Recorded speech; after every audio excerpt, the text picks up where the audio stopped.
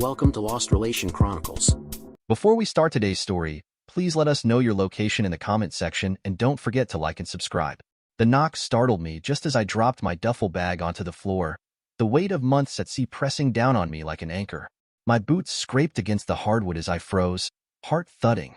That wasn't Sophia's knock, too sharp, too insistent. When I opened the door, I found Nathan standing there, his posture rigid, his face twisted with an unsettling mix of anger and something that looked dangerously close to pity. Nathan, my neighbor, the kind of guy who always waved when I passed by, always offered a smile or a polite word. But tonight, his eyes burned with a raw intensity I'd never seen before. "I can't keep this to myself anymore, Ethan," he said, his voice low and clipped. His gaze darted down the street as if checking for prying eyes, his jaw tightening like he was bracing for something. "You've been gone a long time. Too long. You deserve to know what's been happening." A knot formed in my stomach, twisting tighter with every word. "What are you talking about?" I asked, gripping the doorframe so hard my knuckles turned white. Nathan sighed heavily, his frustration spilling out in the way he ran a hand through his hair. He muttered something I couldn't catch, then squared his shoulders and met my eyes with a look that made my blood run cold. "It's Sophia," he said, "your wife. While you've been gone, she's been throwing wild parties almost every weekend. Strangers showing up at all hours, blasting music, littering the sidewalk with broken bottles."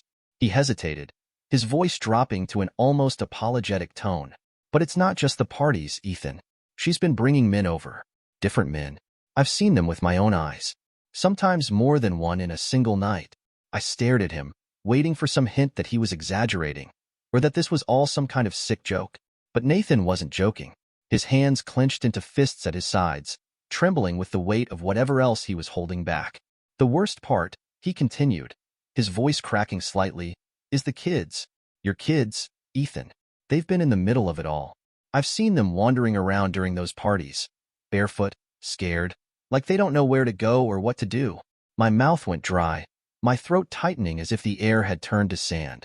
"Nathan, if this is some kind of sick joke," I started, but he cut me off, his voice sharp and unwavering.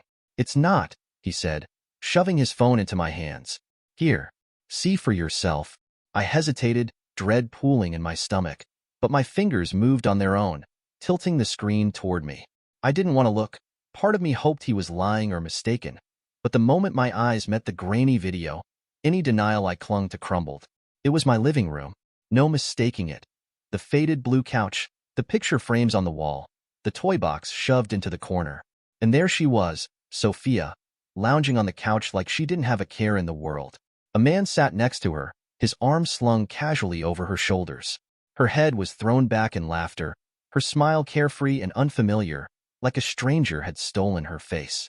Around them, the room was packed with people, drinking, dancing, shouting. The floor was a mess of crushed beer cans, cigarette butts, and torn-up wrappers. My chest tightened when I spotted it. My daughter's pink unicorn toy, lying abandoned beneath the coffee table, half buried in the trash. I couldn't hear the noise in the video, but I didn't need to. The chaos on the screen was suffocating, radiating a toxic energy that crawled under my skin and left me trembling. Nathan's voice broke through my daze, low and rough, brimming with restrained anger. "That's not even the worst of it," he said. "She's been letting the kids fend for themselves while she plays hostess. It's out of control, Ethan. One night, I found your son sitting on my porch, tears streaming down his face. He was shaking, couldn't even get the words out at first. When he finally did, he said he didn't want to go back inside, that he was scared." His hands curled into fists at his sides, his knuckles whitening with the force. "I'm sorry to dump this on you the minute you're home, but I couldn't just sit by and watch anymore. You're a good man, Ethan. You don't deserve this. And those kids," he shook his head, his voice breaking, "they sure as hell don't either." For a second, it felt like the world tilted. My home, my sanctuary, had turned into something unrecognizable. I looked at Nathan, his face marked with frustration and guilt, and I knew he wasn't lying. Before I could say anything, Nathan leaned in closer, his voice lowering. "You need to handle this for yourself, for your kids. But whatever you do, don't let her know I told you." Then he turned and walked away, leaving me standing there, the phone still in my hand. My heartbeat pounded in my ears, a flood of questions rushing through my mind. Who were those men? How long had this been going on? And why the hell hadn't anyone else said anything? I stepped back inside, the door closing with a dull thud. The house felt colder, quieter than it should have. I stood there, staring at the walls, the furniture, the photos of Sophia and the kids smiling back at me from the mantel. It all felt like a lie, didn't it? Every bit of it. I had come home, ready to be a husband, a father, a man proud of his family. Now, all I had was Nathan's words and that gut-wrenching video, both cutting into me like a blade. Upstairs, Sophia's voice rang out, as cheerful and sweet as ever, calling for me. I slipped the phone into my pocket, forcing myself to respond. The game had just begun, and she had no idea the rules were about to change. Nathan's words echoed in my mind as I stood in the hallway, Sophia's cheerful voice still echoing down the stairs. For a moment, I considered storming up there, demanding answers, flipping the house upside down. But something stopped me, a voice telling me to wait, to think. If she was capable of all this under my nose, she'd have lies ready. I needed to see it for myself. I grabbed my jacket and stepped outside, pretending to get some fresh air. The night was thick with a humid silence, almost suffocating. My boots crunched on the gravel driveway as I walked around the side of the house, heart pounding like a war drum. It was strange. I'd lived here for years, but tonight, it felt alien, like stepping into enemy territory. The first thing I noticed was the faint smell of stale beer, lingering in the air like a bad memory, growing stronger as I neared the back patio. I crouched down by the sliding glass door and peered inside. At first glance, the place looked clean, almost too clean, like she'd gone out of her way to hide something. But in the dim light of the kitchen, there it was, a smashed beer bottle in the corner, shards glinting like tiny accusations. I stepped closer, my shadow stretching long and dark across the deck. The faint glow from the living room window illuminated just enough to reveal details I hadn't noticed at first. Through the glass, I caught subtle but damning signs. Faint scuff marks on the hardwood floor, the kind that come from too many careless footsteps shuffling through in a hurry. The trash bin near the corner caught my eye, overflowing with mismatched Solo cups barely concealed beneath a layer of crumpled paper towels. It was an attempt to hide the mess, but not a very good one. Then there was the couch. A throw blanket draped haphazardly across the cushions, as if someone had tried to cover up something. A stain, maybe, or worse, without much care. My stomach churned at the thought. I stepped back from the window, swallowing hard as my eyes adjusted to the darkness of the yard. The dim light from the house spilled faintly onto the grass, enough to highlight something near the tree line. At first, I thought it was just debris, but as I moved closer, the details became clearer. Cigarette butts, dozens of them, scattered across the lawn like breadcrumbs. Sophia didn't smoke. Neither did I. I scanned the area again, my heart thudding in my chest. A glint of glass caught my eye in the bushes. Curious and dreading what I might find, I crouched down and pulled it free. A whiskey bottle, half full, its label gleaming faintly in the moonlight. The brand was high-end, something I never would have bought and Sophia couldn't afford. The realization hit me hard. This wasn't ours. I turned the bottle in my hands, the weight of it grounding me in a moment that felt utterly surreal. These weren't just the remnants of a careless party. They were signs of intrusion, markers left behind by someone who had treated my home as if it were theirs. I straightened up, my eyes scanning the yard with growing unease. This wasn't just a mess Sophia had allowed. It was evidence of something deeper, someone else laying claim to a space that wasn't theirs to take, someone who didn't belong here. The urge to storm back inside was almost too much to handle, but I clenched my fists and forced myself to breathe. I couldn't let her know I was onto her. Not yet. This wasn't just about catching her. It was about understanding the full extent of what she'd done. I couldn't confront her without all the pieces of the puzzle, not if I wanted the truth. I slipped the whiskey bottle into my jacket pocket and made my way back to the front door, my mind racing with questions. Why had Nathan waited so long to tell me? Who were these people she'd let into our home? And most importantly, what else had she been hiding from me? As I stepped inside, the scent of Sophia's perfume hit me, too sweet, suffocating. She was standing in the kitchen, phone in hand, smiling like everything was fine. "Hey, where'd you go?" she asked, her voice light and carefree. "Just needed some fresh air," I said, forcing my tone to stay calm. My eyes scanned the room, landing on the spot where Nathan's video had shown a stranger just nights ago. I clenched my jaw, offering a smile in return. "Did you miss me?" she teased, stepping closer, completely unaware that the game had already begun. "Not yet, Sophia. I thought to myself. Not yet. I barely slept after that night. The scuff marks, the whiskey bottle, Nathan's words. They all swirled in my mind, forming a picture I wasn't ready to see. But I knew one thing for certain. I needed to know everything. Confronting Sophia too soon would give her the upper hand. I needed undeniable proof, something she couldn't explain away. The next day, I called Butch, my old Marine buddy who ran a security company. He owed me a favor, and I wasn't shy about cashing it in. I need cameras, I told him, my voice steady but cold. Hidden ones. Everywhere. Discreet. Butch didn't ask questions. By nightfall, the cameras were installed, tiny, undetectable lenses tucked into corners, vents, and fixtures. Living room, kitchen, hallway, bedroom. There wasn't a single blind spot. I watched the setup silently, jaw clenched, every fiber of my being screaming that this was the right move. Sophia was out with the kids when it happened. She never suspected a thing. For weeks, I waited, checking the footage every chance I had while aboard the ship. At first, there was nothing. Sophia went about her day. The kids played. For a moment, I began to doubt myself. Maybe Nathan was exaggerating. Maybe the party signs were old. Maybe I was just looking for something that wasn't there. Then, I saw him. It was late, barely a sliver of moonlight illuminating the house. Sophia had put the kids to bed and was lounging on the couch, scrolling through her phone. At first, it seemed normal, almost boring. But then, headlights flashed through the living room window.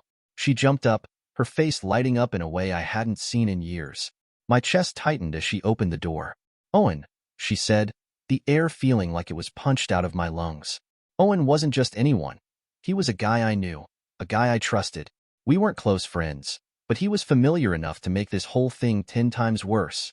He was holding a bottle of champagne, grinning like he owned the place. Sophia welcomed him with open arms, her smile wide, eyes sparkling. Then she hugged him and planted a kiss on his lips. "Long day?" he joked, stepping inside.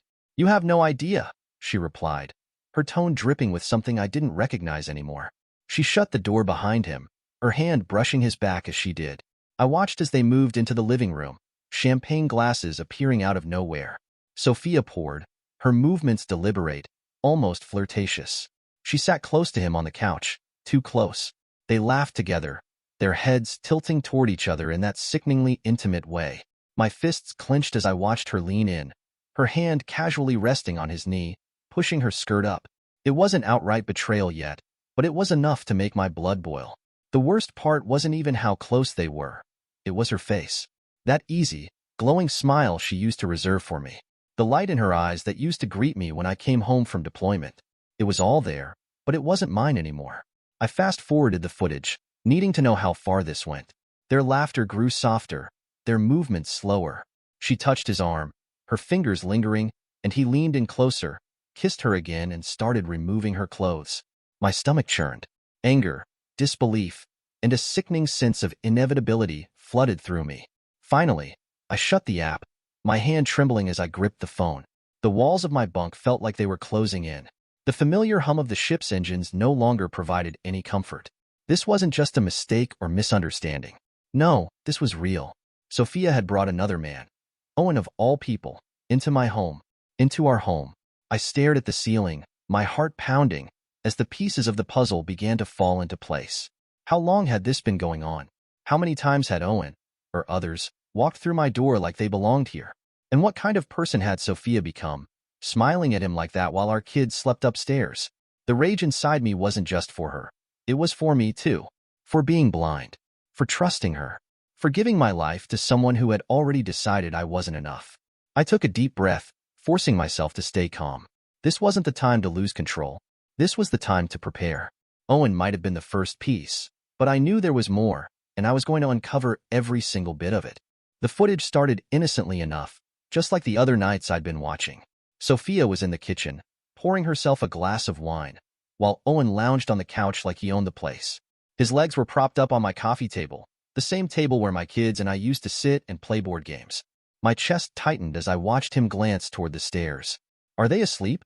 he asked casually, taking a sip from his glass. "Yeah," Sophia replied, her tone too relaxed, too familiar. She joined him on the couch, her movements slow and deliberate. She tucked her legs under her, leaning closer. "We've got the whole night," she said, her voice almost sultry. I fast-forwarded, knowing what was coming, but still not ready to watch it unfold in real time. They stayed up late, talking, laughing, their bodies inching closer until there was no space left between them. When the lights went out, my vision blurred with rage, but I forced myself to keep watching. This wasn't just anger, it was strategy. Every second was evidence. Every touch, every laugh, every betrayal. It was all building towards something. What happened the next morning gutted me. The camera in the hallway caught Owen coming down the stairs, barefoot and shirtless, as casual as if he lived there. My son's bedroom door creaked open, and my two kids came bounding out, their sleepy faces lighting up when they saw him. "Daddy!" my son yelled, running straight for him. Owen crouched down, catching him in his arms with an exaggerated laugh. "Hey, buddy," he said, ruffling his hair like he'd done it 100 times before. My daughter followed, grabbing onto his leg and giggling.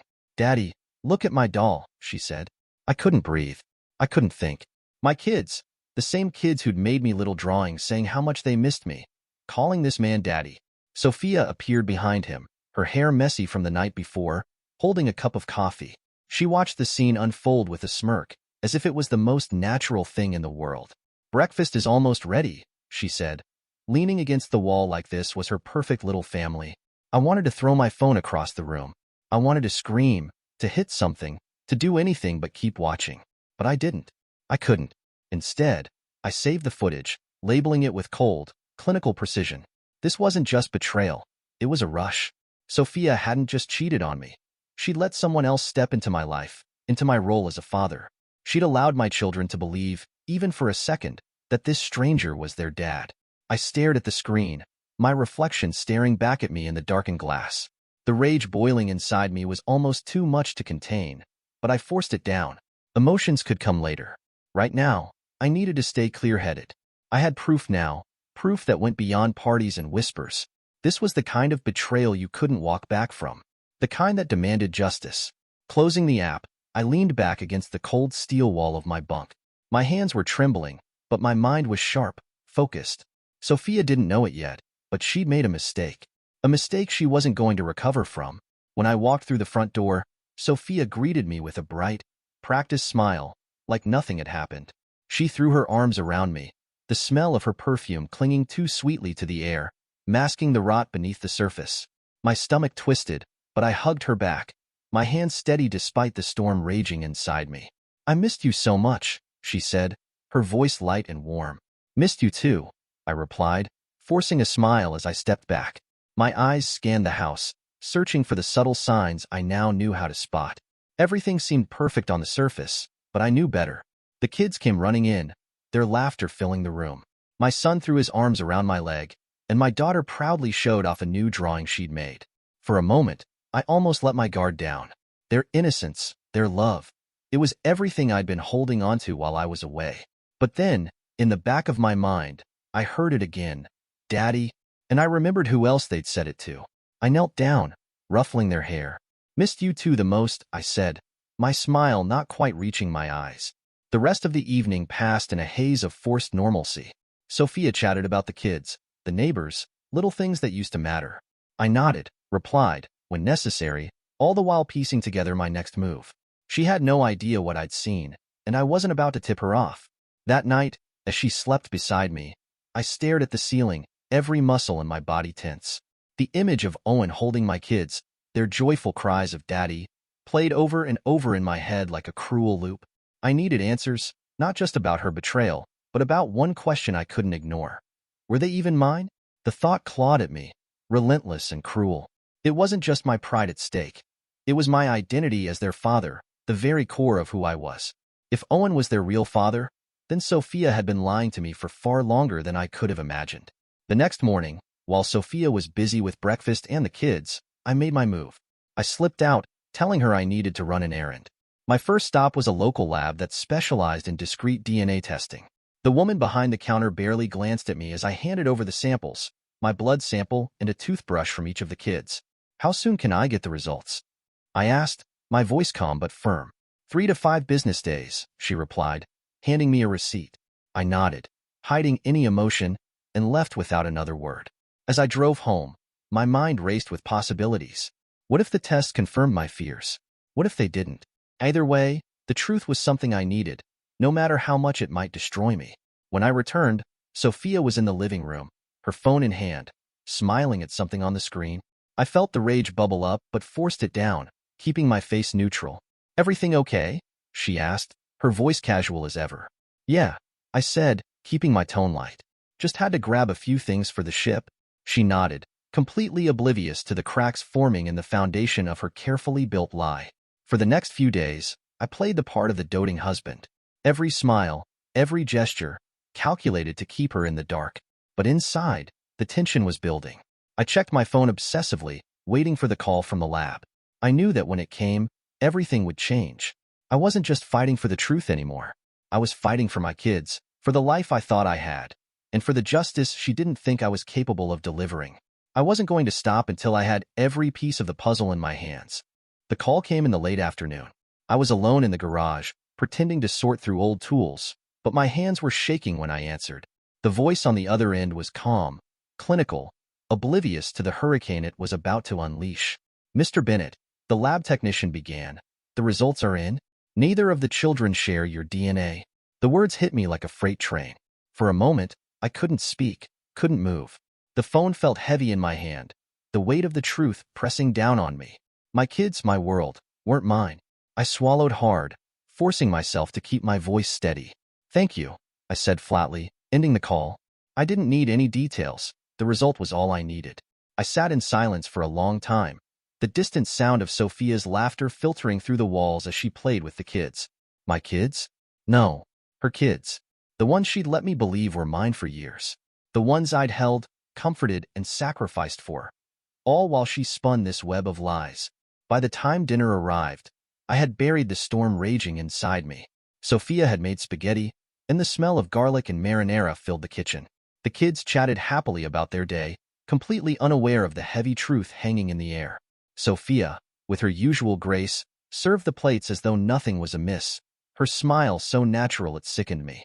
I sat across from her, my eyes locked on hers, watching her laugh at something our son had said. She glanced at me, her smile faltering slightly. "Everything okay, Ethan?" she asked, her tone casual, though there was a trace of unease in it. I leaned back in my chair, not breaking my gaze.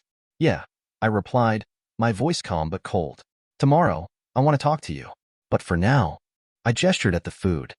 "Let's enjoy this evening." Her smile vanished entirely, her expression hardening. "What's that supposed to mean?"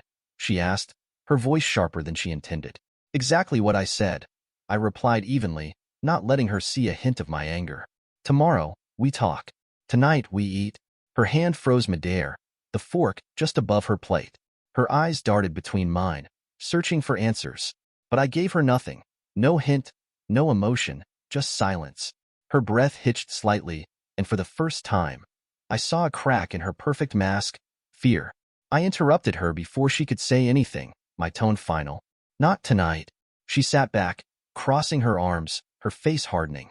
"Fine," she snapped, her voice laced with irritation, but I caught the flash of panic in her eyes. She was already starting to unravel, piecing together what I knew and how I knew it. The rest of the dinner was strained. The kids' lively chatter turned awkward and subdued. Sophia barely touched her food, her mind clearly racing. I remained quiet, eating slowly, keeping a close eye on her every move. The game had shifted, and she knew it, though she had no idea how or why. As I cleared the table, I felt her eyes on me, burning with suspicion and anger. But I didn't look back, not yet. Tomorrow, everything would come crashing down, and I wanted her to feel every second of it. The next morning, the air in the house was thick with tension. Sophia avoided me, moving quickly around the kitchen, sharp and anxious. The kids were still asleep, their laughter and chatter mercifully absent. This conversation wasn't for their ears. I waited until she was sitting at the dining table, coffee cup in hand, her phone glowing in the dim light. She looked up as I walked in, her expression cautious. "So, are you going to tell me what this is about? Or are you just going to keep sulking?" she snapped, her voice defensive and sharp, her arms crossing as if to shield herself. I didn't respond immediately. Instead, I pulled out my phone, my movements deliberate and slow, scrolling to the video that had gutted me. I placed the phone on the table between us and hit play. The scene unfolded on the screen, grainy but unmistakable. Sophia and Owen, curled up on the couch in my living room, too close, too comfortable. Her laughter, light and easy, filled the silence between us. The kind of laugh I hadn't heard from her in years. She reached for the phone, her hand trembling, but I snatched it away before she could touch it, letting the video loop just loud enough to drive the point home. Her smirk vanished in an instant, replaced by wide eyes and a face drained of all color.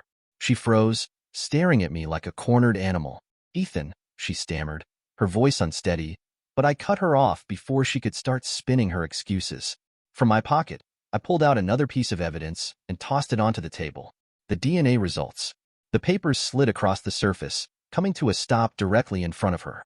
"Explain," I said, my voice low, steady, and cold as ice. Her hand hovered over the papers, shaking slightly, but she didn't pick them up. She didn't even glance at them. Instead, her expression twisted into anger, a sneer that tried and failed to mask her fear. "You've been spying on me?" she hissed, her voice rising. "What the hell is wrong with you? Are you some kind of psychopath, Ethan? Sneaking around, watching me like I'm some criminal?" I expected the deflection, the attempt to turn the blame onto me. I didn't take the bait. Instead, I leaned forward, my gaze locked on hers, unrelenting. "How long, Sophia?" I asked, my voice cutting through her tirade like a blade. "How long have you been planning this little performance?" The accusation seemed to throw her off balance. She blinked, her eyes darting briefly to the papers before returning to me. "Performance?" she spat back, trying to sound indignant, but failing to hide the crack in her voice. "You're insane. Don't waste my time," I said, my tone sharper now, enough to make her flinch. I nodded toward the phone and the papers. "The video, the DNA test. Owen is their father, isn't he?" Her lips parted, but no words came out. For a fleeting moment, I thought she might deny it, might weave another lie to buy herself time. But then her face changed. The mask of innocence she'd been wearing for so long shattered, replaced by something colder, harder. "Fine," she snapped, her voice sharp and defensive. "Yes, Owen is their father. Happy now?" The bravado in her tone didn't hide the flicker of fear in her eyes, the realization that the charade was over. I leaned back in my chair, gripping the edges to steady myself. The confirmation hit like a punch to the gut, but I refused to let her see how deeply it wounded me. Not now, not after everything. Her arms crossed tightly, a barrier between us, but she didn't say anything else. She didn't need to. The damage was done. I leaned back, gripping the edge of the chair to steady myself. The confirmation hit like a bullet, but I refused to let her see how deep it cut. "How long?" I repeated, my voice now colder. She shrugged, her defiant expression unwavering. "Does it matter?" she shot back. "You were never around anyway. Deployments, missions. You left me here alone. What did you expect me to do? Sit around and wait for you to come home and play the hero?" Her venomous words bounced off me. I'd already seen the truth in the videos, in the faces of my children, who weren't really mine. Her excuses meant nothing to me now. "You let the kids, your kids, call him daddy," I said, my voice a low growl tinged with fury. "You invited him into my home, into my life. And you think this is about me being away?" Sophia leaned forward, eyes blazing. "Yes, Ethan, because you weren't here. You think it's so easy holding everything together while you're out playing soldier? Owen was here. He helped me. He cared." I cut her off, slamming my hand on the table. "He cared so much he hid behind your lies, Sophia. He cared so much he let me believe they were mine." She opened her mouth, but no words came out. For the first time, she had nothing to say, nothing to twist or deflect. She just glared at me, her jaw tight. I stood, picking up the DNA results and the phone. "This isn't over," I said, my voice steady. "You'll hear from my lawyer. And when this house is empty, when your lies come crashing down, I hope you remember one thing. Sophia, you did this. Not me." She didn't respond. Her silence was louder than anything she could have said. As I left the room, walking away from the wreckage of her own making, I felt the first flicker of control return. This wasn't just about ending her lies anymore. It was about reclaiming everything she thought she could take from me. The moon hung low in the sky as I parked down the street from Owen's house. The engine of my truck hummed softly before I turned it off. The neighborhood was eerily quiet, the kind of silence that amplifies every creak and rustle. The cold weight of the pistol in my lap grounded me. This wasn't some rash outburst. This was calculated, controlled. Owen's house was everything I expected, pristine, perfect. A picture of suburban comfort. The man who had shattered my life lived in a lie as clean and polished as his lawn. I slid out of the truck, pulling my jacket tighter as I moved toward the side of his house, sticking to the shadows.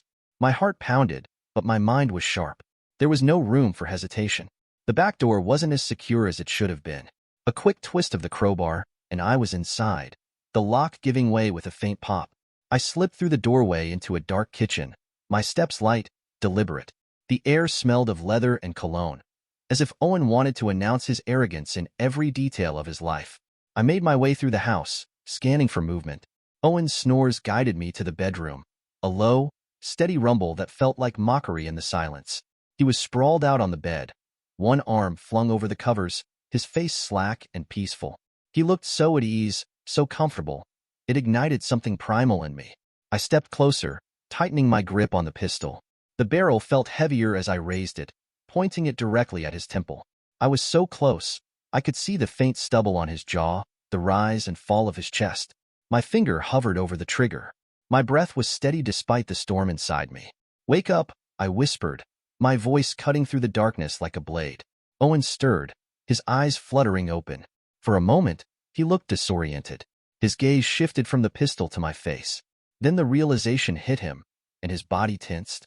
His breath caught in his throat. "Ethan," he croaked, his voice shaking. "What the hell are you doing?" "Shut up," I said, pressing the barrel harder against his temple. His entire body froze. His eyes were wide with terror. "You don't get to talk right now," I continued, my voice cold. "You're going to listen, and you're going to make a choice." "A choice?" he stammered, barely above a whisper. Sweat beaded on his forehead. His eyes darted around, searching for a way out. "Yeah, a choice," I replied, my tone steely. "You're going to take full responsibility for those kids. Every single part of it. Their upbringing, their care, everything. You're going to step into the role you've avoided for years, and you're going to do it without dragging me back into your mess." His lips quivered, but he said nothing. "You think you can play games and leave me to clean up your messes? Not anymore. You'll take up the parental rights, absolve me from every obligation, and you'll make sure Sophia handles this without pulling me back in. Because if you don't..." Owen swallowed hard. His throat bobbed as his eyes locked onto mine. "Ethan, man, listen, I'm not here for excuses," I cut him off, my voice sharp and unyielding. "You made your choice, and now you're going to make another one. I'm done cleaning up after your mess. You want to play father? Fine. You take the role, for real this time. Take responsibility for the kids, for Sophia, for everything you've left in ruins. I'm out." Owen's breathing grew erratic, his chest heaving as he stared at me, wide-eyed. What are you saying?" he stammered, his voice cracking. I leaned in closer, my tone dropping to a cold, steady rhythm.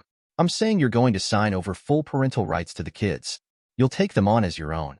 I'm done being their father in name while you're off in the shadows. If you don't agree, I'll make sure your life becomes a living hell." "You think this is bad?" I motioned subtly toward the pistol at my side. "This is nothing compared to what's coming if you don't step up." Owen's face paled, his hands shaking as they gripped the edge of the bed. "Okay," he whispered, his voice trembling. Then louder, more desperate. "Okay, I'll do it. I'll sign whatever you want. I'll take care of them. Just don't do anything rash, man. I swear, I'll do it." I straightened, watching him crumble before me. A weak, hollow man who had no choice but to submit. "Good," I said coldly, "because if I ever hear about you shirking your duties, if you come near me or try to twist this around, I'll make you regret it." I tucked the gun away and stepped back, watching as Owen sagged against the bed, his body trembling with fear.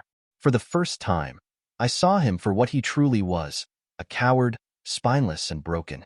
Without another word, I turned and left the room, the weight of the moment lingering heavily as I walked out into the cool night air. The courtroom buzzed quietly as the judge entered, the sharp rap of the gavel bringing order. I sat at my table, my lawyer beside me, a stack of documents neatly arranged in front of us. Across the room, Sophia sat stiffly, her eyes darting toward me occasionally, though she tried to maintain an air of defiance. The proceedings began, but my focus remained on the papers Owen had signed just days earlier. Under the pressure of my confrontation and the legal weight my lawyer had leveraged, he'd caved. Not only had he admitted to being the biological father of both children, but he had also signed an agreement taking on full parental rights and releasing me from any legal obligation to them. He had even renounced any claim to the house, desperate to avoid further fallout. Sophia didn't know the full extent of this yet. She was aware her carefully constructed web was unraveling but hadn't realized how completely. As her lawyer whispered something to her, I caught the flicker of unease in her eyes. She glanced toward me, and for a brief moment, I met her gaze, unflinching. My client, Ethan Bennett, my lawyer began with calm authority, has provided ample evidence showing the respondent's pattern of behavior: infidelity, manipulation, and reckless endangerment of the children's emotional well-being. Furthermore, we present signed documents from Mr. Owen Grant acknowledging his paternity and absolving Mr. Bennett of any financial or parental obligations concerning the children. A murmur rippled through the courtroom as the papers were passed around. Sophia's head snapped toward her lawyer, her face draining of color. She leaned in and whispered frantically, but her lawyer's stiff response made it clear there was no way out. The judge skimmed the documents, nodding slowly. These appear to be in order, the judge said, her voice firm and impartial. Do you have anything to counter this, Miss Bennett? Sophia shot to her feet, her voice high-pitched and panicked. Your Honor, this is a setup. He's been spying on me, digging into my personal life like some obsessed lunatic. He's trying to ruin me because I made mistakes. My lawyer responded smoothly, Your Honor. The respondent's mistakes include hosting multiple men in her home while her husband was deployed, deceiving him into believing he was the father of 2 children, and using the family home for activities detrimental to the children's well-being. These are not mere mistakes. They are deliberate acts of betrayal and neglect. Sophia's face twisted with fury. You don't know what it was like. He was never home. I had to do everything alone. I remained silent, watching as she unraveled. The courtroom wasn't the place for me to speak. The evidence, the videos, the DNA results, and Owen's signed confession spoke louder than any words I could have mustered. The judge raised a hand, silencing the growing tension in the room. Miss Bennett, the judge said, her voice firm, you cheated on a man who was deployed to serve our country, who was risking his life every single day, just to ensure that we sleep peacefully. You not only cheated on him, you took away his chance to father his own kids. Over and above that, you taught your kids to call your affair partner Daddy. Miss Bennett, that is something this court will not tolerate. Now, as per the law, this court is not here to air your personal grievances with your husband. We are here to determine the best interests of the children and to resolve the property dispute. Sophia slumped back in her chair, her knuckles white as she gripped the edge of the table. The defiance in her posture was beginning to crack, replaced by an air of desperation. The judge continued, her tone unyielding. In light of the evidence, this court awards Mr. Bennett full ownership of the marital home. Furthermore, given Mr. Grant's acceptance of his parental responsibilities and the documented behavior of both parties, primary custody of the children will be granted to Mr. Grant and Mrs. Bennett jointly, under the condition that the children reside with their biological father. Since you already will be supported by Mr. Grant, we do not see any need for spousal support or child support from Mr. Bennett. The words hit like a thunderclap. Sophia's jaw dropped, her carefully constructed facade crumbling completely. No, this isn't fair, she shouted, rising to her feet again. He's manipulating everyone. He's just trying to get rid of us. Miss Bennett, the judge interjected sharply, her voice leaving no room for argument. This decision reflects the best interests of the children, as they will be with the man that he have come to call Daddy. If I look at your actions, it would have been in the interest of the kids to be brought up by Mr. Bennett alone, as he would have imparted some good values in the kids. Besides, Mr. Grant has already demonstrated his willingness to take full responsibility, and the court has determined that this arrangement provides the most stability for the children. You will move with them and ensure their transition is as seamless as possible. Now, if you cannot conduct yourself with decorum, I will hold you in contempt of court. Sophia fell silent, trembling with rage but powerless to do anything. Across the aisle, I exhaled slowly, feeling the tension that had been building for months start to lift. The gavel came down, finalizing the ruling. The courtroom began to empty slowly, but Sophia remained frozen in her seat, staring down at the table in front of her. I didn't spare her a second glance as I walked out. My lawyer gave me a pat on the shoulder as I stepped into the fresh air outside. The weight of the battle was finally over. Sophia had no choice but to leave with the children and Owen, facing the reality of her choices. The house, and my peace, was mine again. For the first time in months, I allowed myself to feel something I hadn't in a long time: triumph. This wasn't just a victory for me, it was justice, and that was worth everything. The courtroom was nearly empty now, but Sophia remained in her seat, gripping the edge of the table as though it was the only thing keeping her upright. Her lawyer leaned in to whisper something, but she swatted him away dismissively, her eyes locking onto me with a burning intensity. It would have been unsettling if I hadn't already seen her unravel. As I stood to leave, she exploded. "You think this makes you a winner, Ethan?" she shrieked, her voice echoing through the walls. Heads turned, and the few people still in the room froze, watching the scene unfold. "You think you've won? You're nothing without me. You're just a self-righteous coward who couldn't handle the truth." I didn't stop walking. Her words were like arrows shot from a broken bow, wild, erratic, and powerless. I kept my head high, my steps steady, making my way to the exit. The bailiff moved closer, his hand hovering near her shoulder as her tirade continued. "You abandoned your kids, took away my house. You took everything from me," she screamed, slamming her fists onto the table. "I gave you everything, and this is how you repay me? By spying on me? By destroying my life? You're pathetic, Ethan." I reached the courtroom door and paused. Slowly, I turned back to look at her. My face was calm, almost pitying. "I abandoned your and Owen's kids. They were never mine. You made sure that they call him Daddy. I just made sure that they still continue to call him Daddy, not me. You destroyed your own life, Sophia," I said, my voice steady but cutting. "All I did was make sure the consequences caught up with you." The room went silent. For a moment, she looked like she wanted to say something, but no words came.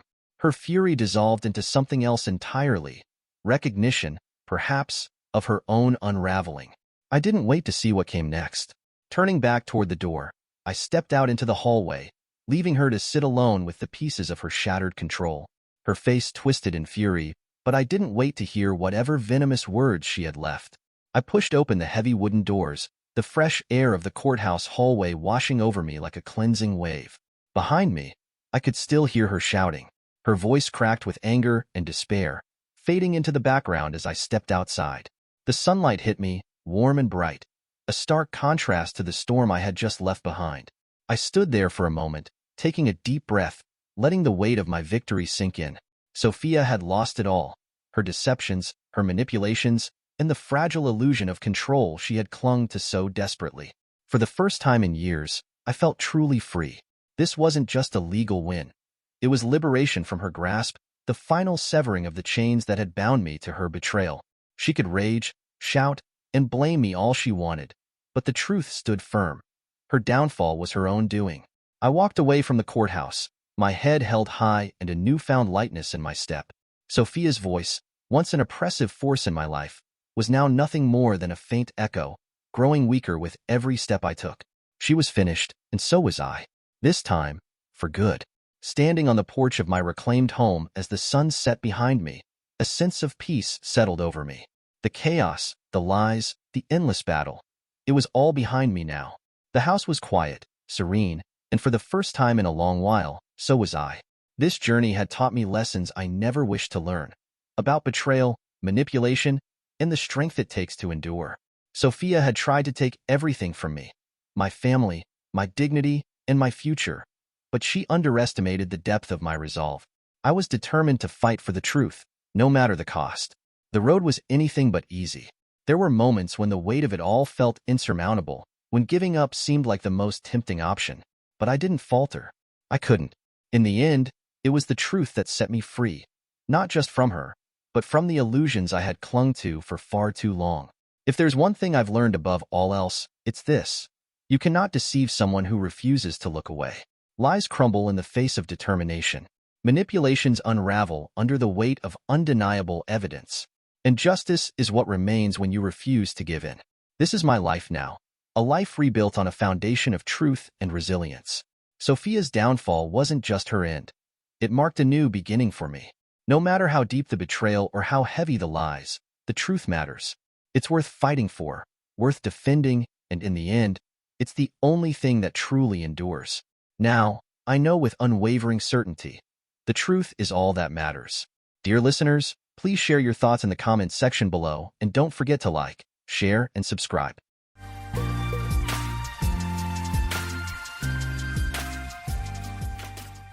I'm 57 years old, and I've been happily married to my sweetheart for 26 years.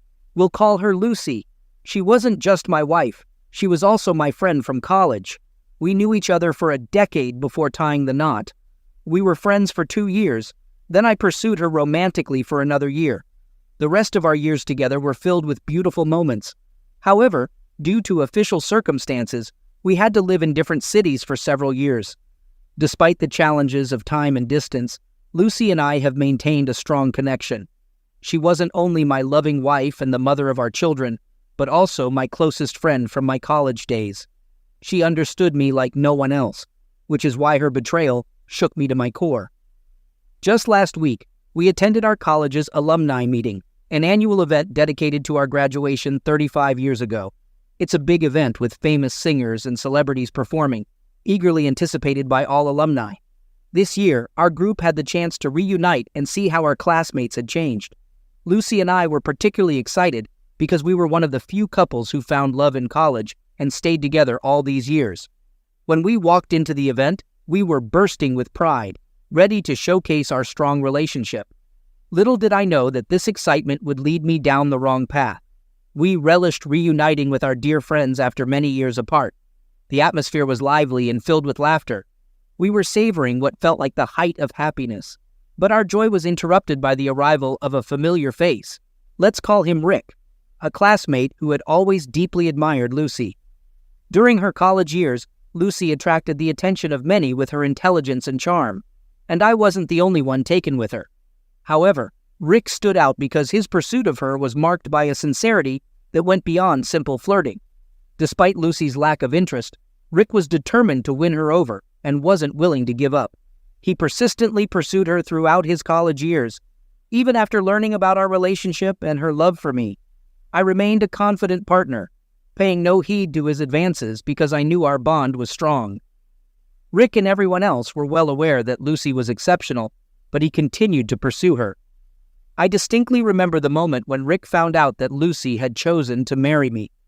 One day, he approached me with a text message claiming that Lucy had made a serious mistake, expecting me to take care of her as deeply as he thought I could.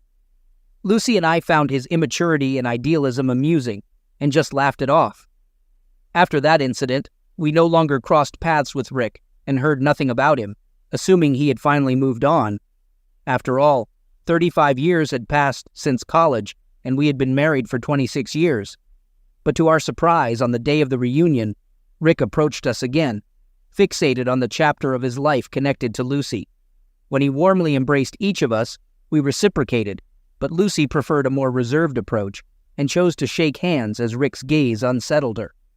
Rick took a seat across from Lucy, and his unusual intense gaze attracted everyone's attention in the room. Unable to bear the tension, I asked if he had brought his family to the reunion, hoping to change the subject. To my surprise, he told me that, at 40, he had been briefly married but was currently single. Rick admitted that his marriage had ended in divorce, and I expressed my sympathy. Unexpectedly, there was a bitter tone in his response. "Well, you should be sorry. After all, you stole my love." This ridiculous statement was accompanied by hysterical laughter. In my younger days, such provocations might have led to a physical confrontation, but now, as we approach 60, such trivial matters don't hold much weight. Rick's lack of intimidation allowed him to brush off his comments. Rick was the type of guy who wouldn't be chosen for a sports team, a brash talker whose jokes fell flat. Although everyone heard his insensitive remark, no one reacted, and a tangible discomfort settled in the air. Trying to defuse the situation, we collectively decided to ignore him. While it was clear that Lucy was particularly affected by his words, her silence spoke volumes. Nancy and I, our close college friend, recognized that Lucy was upset and took her aside. We tried to lift her spirits by advising her not to pay attention to the behavior of someone so obsessed and to enjoy the rest of the evening in peace. Understanding Lucy's tendency to overthink, we comforted her. Wanting to bring back her smile, we tried to help Lucy recover and calm down.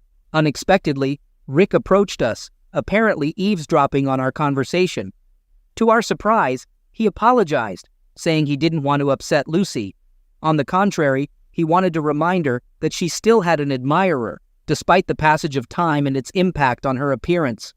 I was outraged by his rude words, but managed to stay composed, firmly telling him to leave us alone. Rick was genuinely sorry for the trouble, and Lucy firmly asked him to give us some space. but Rick continued to stand his ground, urging Lucy to forgive him so we could enjoy the remaining moments of our final gathering. His words touched my heart, making me realize it was time to let go of the past and move forward. This evening marked the end of our meetings with old friends and classmates, highlighting the pointlessness of dwelling on the past. Realizing this, Lucy embraced Rick, urging him to let go of their story and not return to her in the future. Holding each other, we headed to the dance floor to enjoy the celebration. As others joined us, the atmosphere became more festive and enjoyable. After a while, I noticed that Nancy and Lucy were in conversation, and Rick was standing nearby. He seemed to be talking animatedly and even dancing in a somewhat silly manner. Despite this, I was relieved that the earlier conflict had been resolved, allowing us to reflect on our shared history in a positive light. Throughout the evening, I kept a close watch on Lucy to see how she was feeling. I couldn't help but notice that Rick was whispering something to her, but I hoped it was nothing to worry about. Lucy responded to Rick with a smile and a nod, which eased my concerns.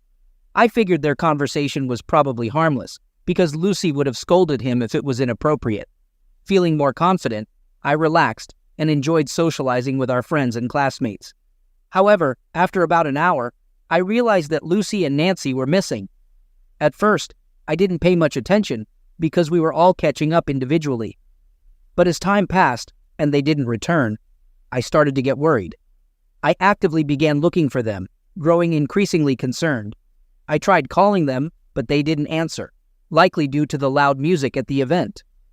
After waiting for about 30 minutes, Lucy finally showed up, but something seemed off. While her appearance remained the same, her behavior had inexplicably changed. She appeared like a completely different person, notably quiet and reserved, and she kept urging me to leave the event. Nancy joined us, but for the rest of the evening, they didn't exchange a word, maintaining an awkward silence. Seeing that Lucy and Nancy avoided eye contact, I couldn't help but think they had a disagreement. I kept trying to get Lucy to explain why she seemed upset and wanted to leave early, but she stayed silent. Despite my desire to stay until the end of the party, Lucy's insistence on leaving forced us to cut the evening short. During the long journey home, Lucy stayed silent, and I grew increasingly concerned about her well-being. I asked her repeatedly about her condition, but she just said she was tired and needed rest. I was anxious because Lucy, who's usually full of energy, seemed upset for no apparent reason. Not knowing the cause of her distress, I was very worried. Hoping to understand what was going on, I mustered the courage to ask if Nancy was involved, but Lucy curtly replied with a no, without offering any further explanation. Realizing that she needed privacy, I decided to give her space and went about my business. Once we got home, while many of our former classmates happily shared photos and chatted on social media about the reunion, I couldn't shake a feeling of sadness.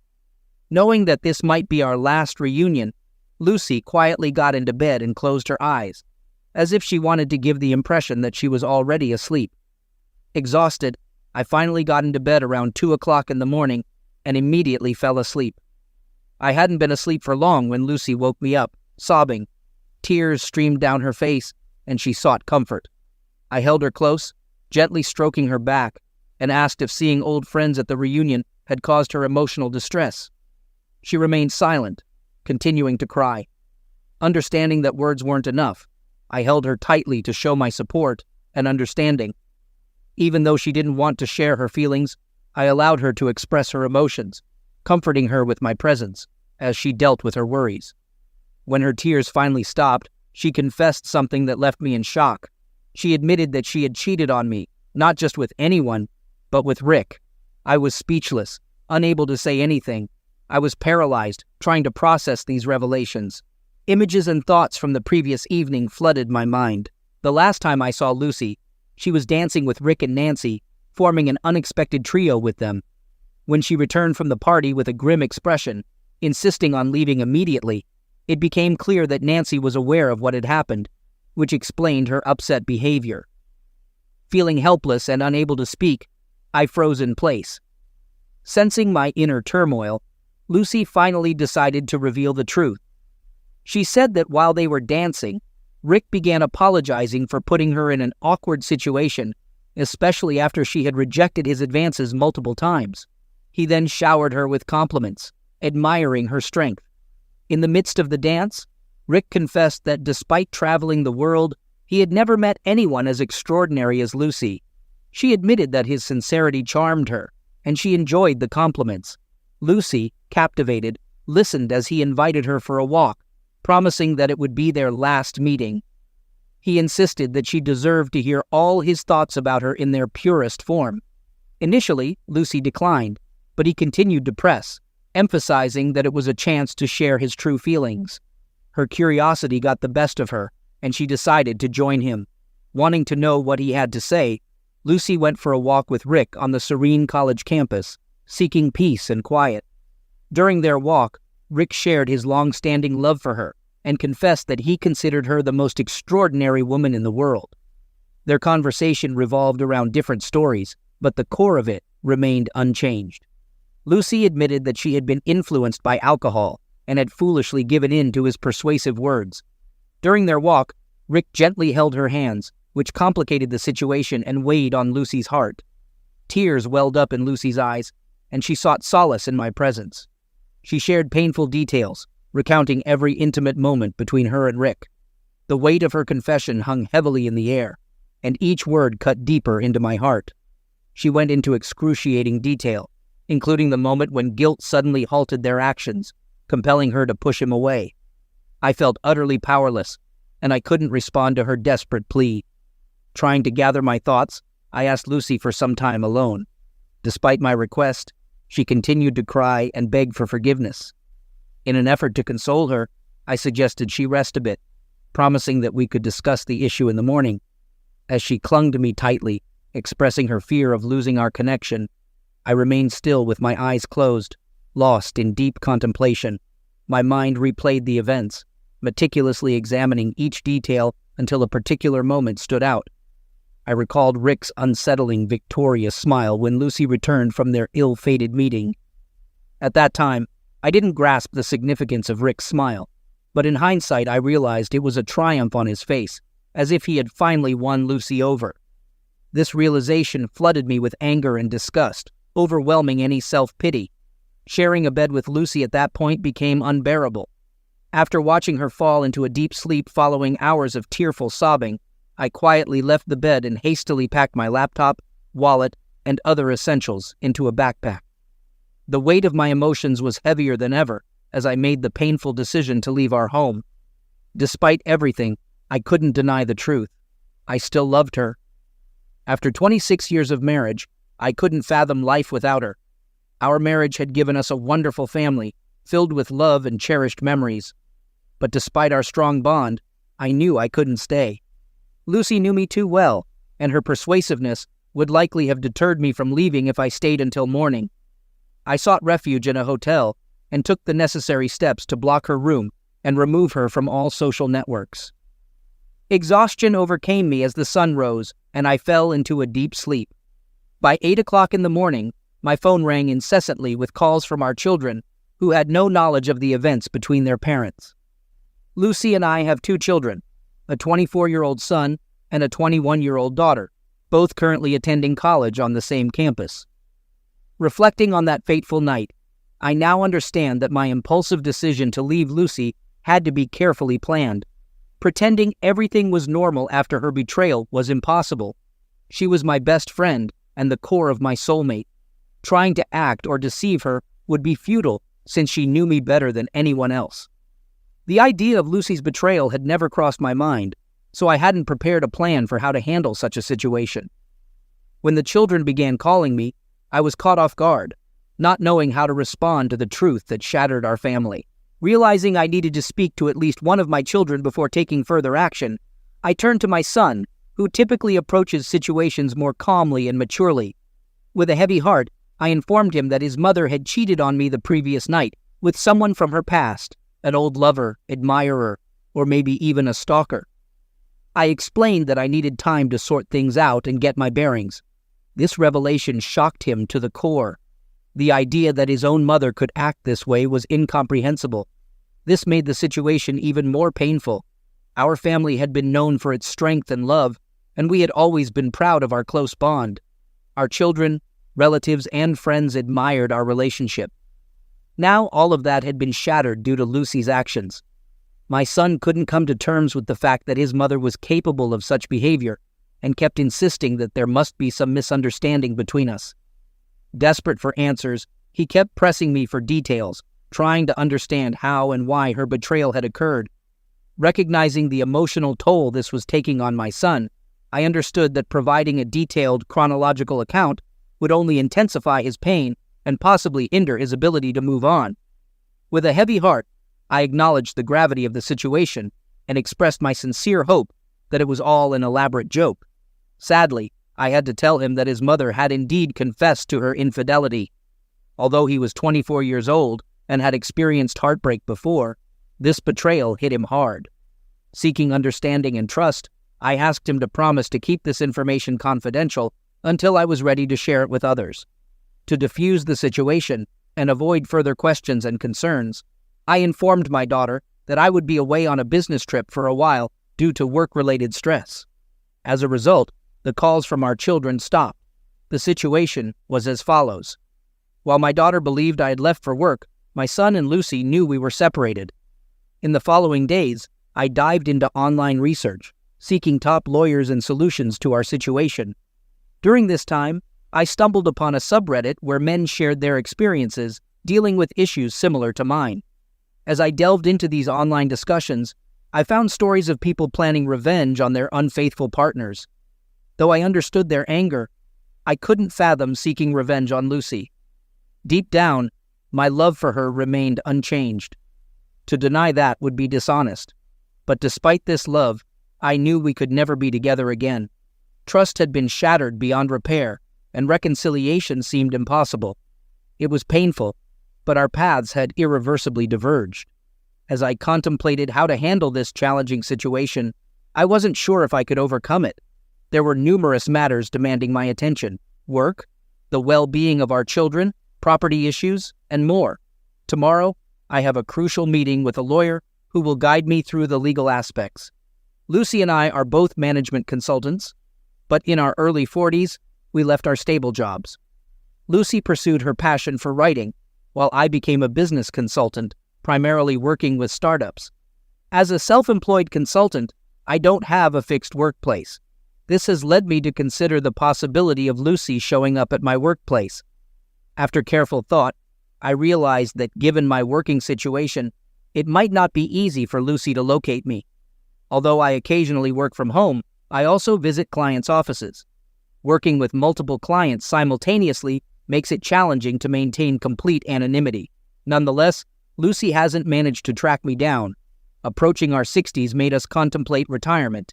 We'd put a lot of effort into planning our future, including saving to buy a beachfront home in the countryside. We aimed to make this purchase next year and had already identified potential properties that matched our desire for a peaceful retirement. Fortunately, we hadn't finalized the purchase of the beach house, and we were still negotiating with property owners. In hindsight, I'm incredibly thankful for this. If we had already bought the property, the situation would have been much more complicated. Just the thought is daunting. Meanwhile, Lucy has been persistent in trying to contact me since I decided to keep my distance. I consulted with a lawyer who advised me to inform our adult children about our separation. He also raised questions about property division, leading me to initially consider splitting it equally between Lucy and me. But upon reflection, I realized I needed to rethink my stance. Instead of seeking revenge by denying Lucy her share of our property, I decided to do the opposite. I believed she deserved her rightful half, as she had contributed as much as I had. However, I acknowledged that she also deserved the separation she sought. Having known Lucy for so long, I understood she'd be willing to give up her part of the property to reconcile and save our family. While the divorce papers were being prepared, I arranged a meeting with our children. I asked my son to discreetly bring my sister to a restaurant without revealing my presence. To my surprise, my daughter's reaction was intense when she saw me. She bombarded me with questions, including whether I had cheated on her mother after disappearing from her life. Seeing her in such distress, my heart sank. But I knew I had to stay calm for the sake of the children and the upcoming revelations. Gradually, I managed to reassure her that I hadn't been involved with anyone else. Then, with caution, I began revealing the truth in pieces. It was clear that my son already knew some of it, but my daughter was hearing the full story for the first time. Neither of them was prepared for what I had to say. My daughter's world crumbled when she learned her mother had cheated on me. For the past 15 days, since I left our home, she had been staying with Lucy. Overwhelmed with emotion, she embraced me tightly and tearfully asked for forgiveness for any ill feelings she had harbored against me. In a vulnerable moment, my children pleaded with me to consider giving our marriage another chance, but I remained firm in my decision to file for divorce. It was incredibly hard to see them cry, but they understood the depth of my pain and the importance of looking out for their own well-being. During this tough time, my children made a sincere commitment to stand by my side. I assured them that the decision to separate was made by me and their mother alone and wouldn't affect our love and support for them. My daughter expressed concern for Lucy's well-being, explaining that she was struggling with eating and sleeping. She mentioned that Lucy had gone from crying spells to restlessness and had been calling me continuously, deeply saddened by my absence and searching for me in my clients' offices. But every client informed her that I hadn't shown up at their offices for the past 2 weeks. Sensing her mother's anxiety, my daughter bravely asked Lucy if something had happened between us that she needed to know about. Lucy responded with silence to her daughter's question, and tears continued to flow incessantly. Unable to calm down, my daughter went to her room, isolating herself and succumbing to waves of sadness.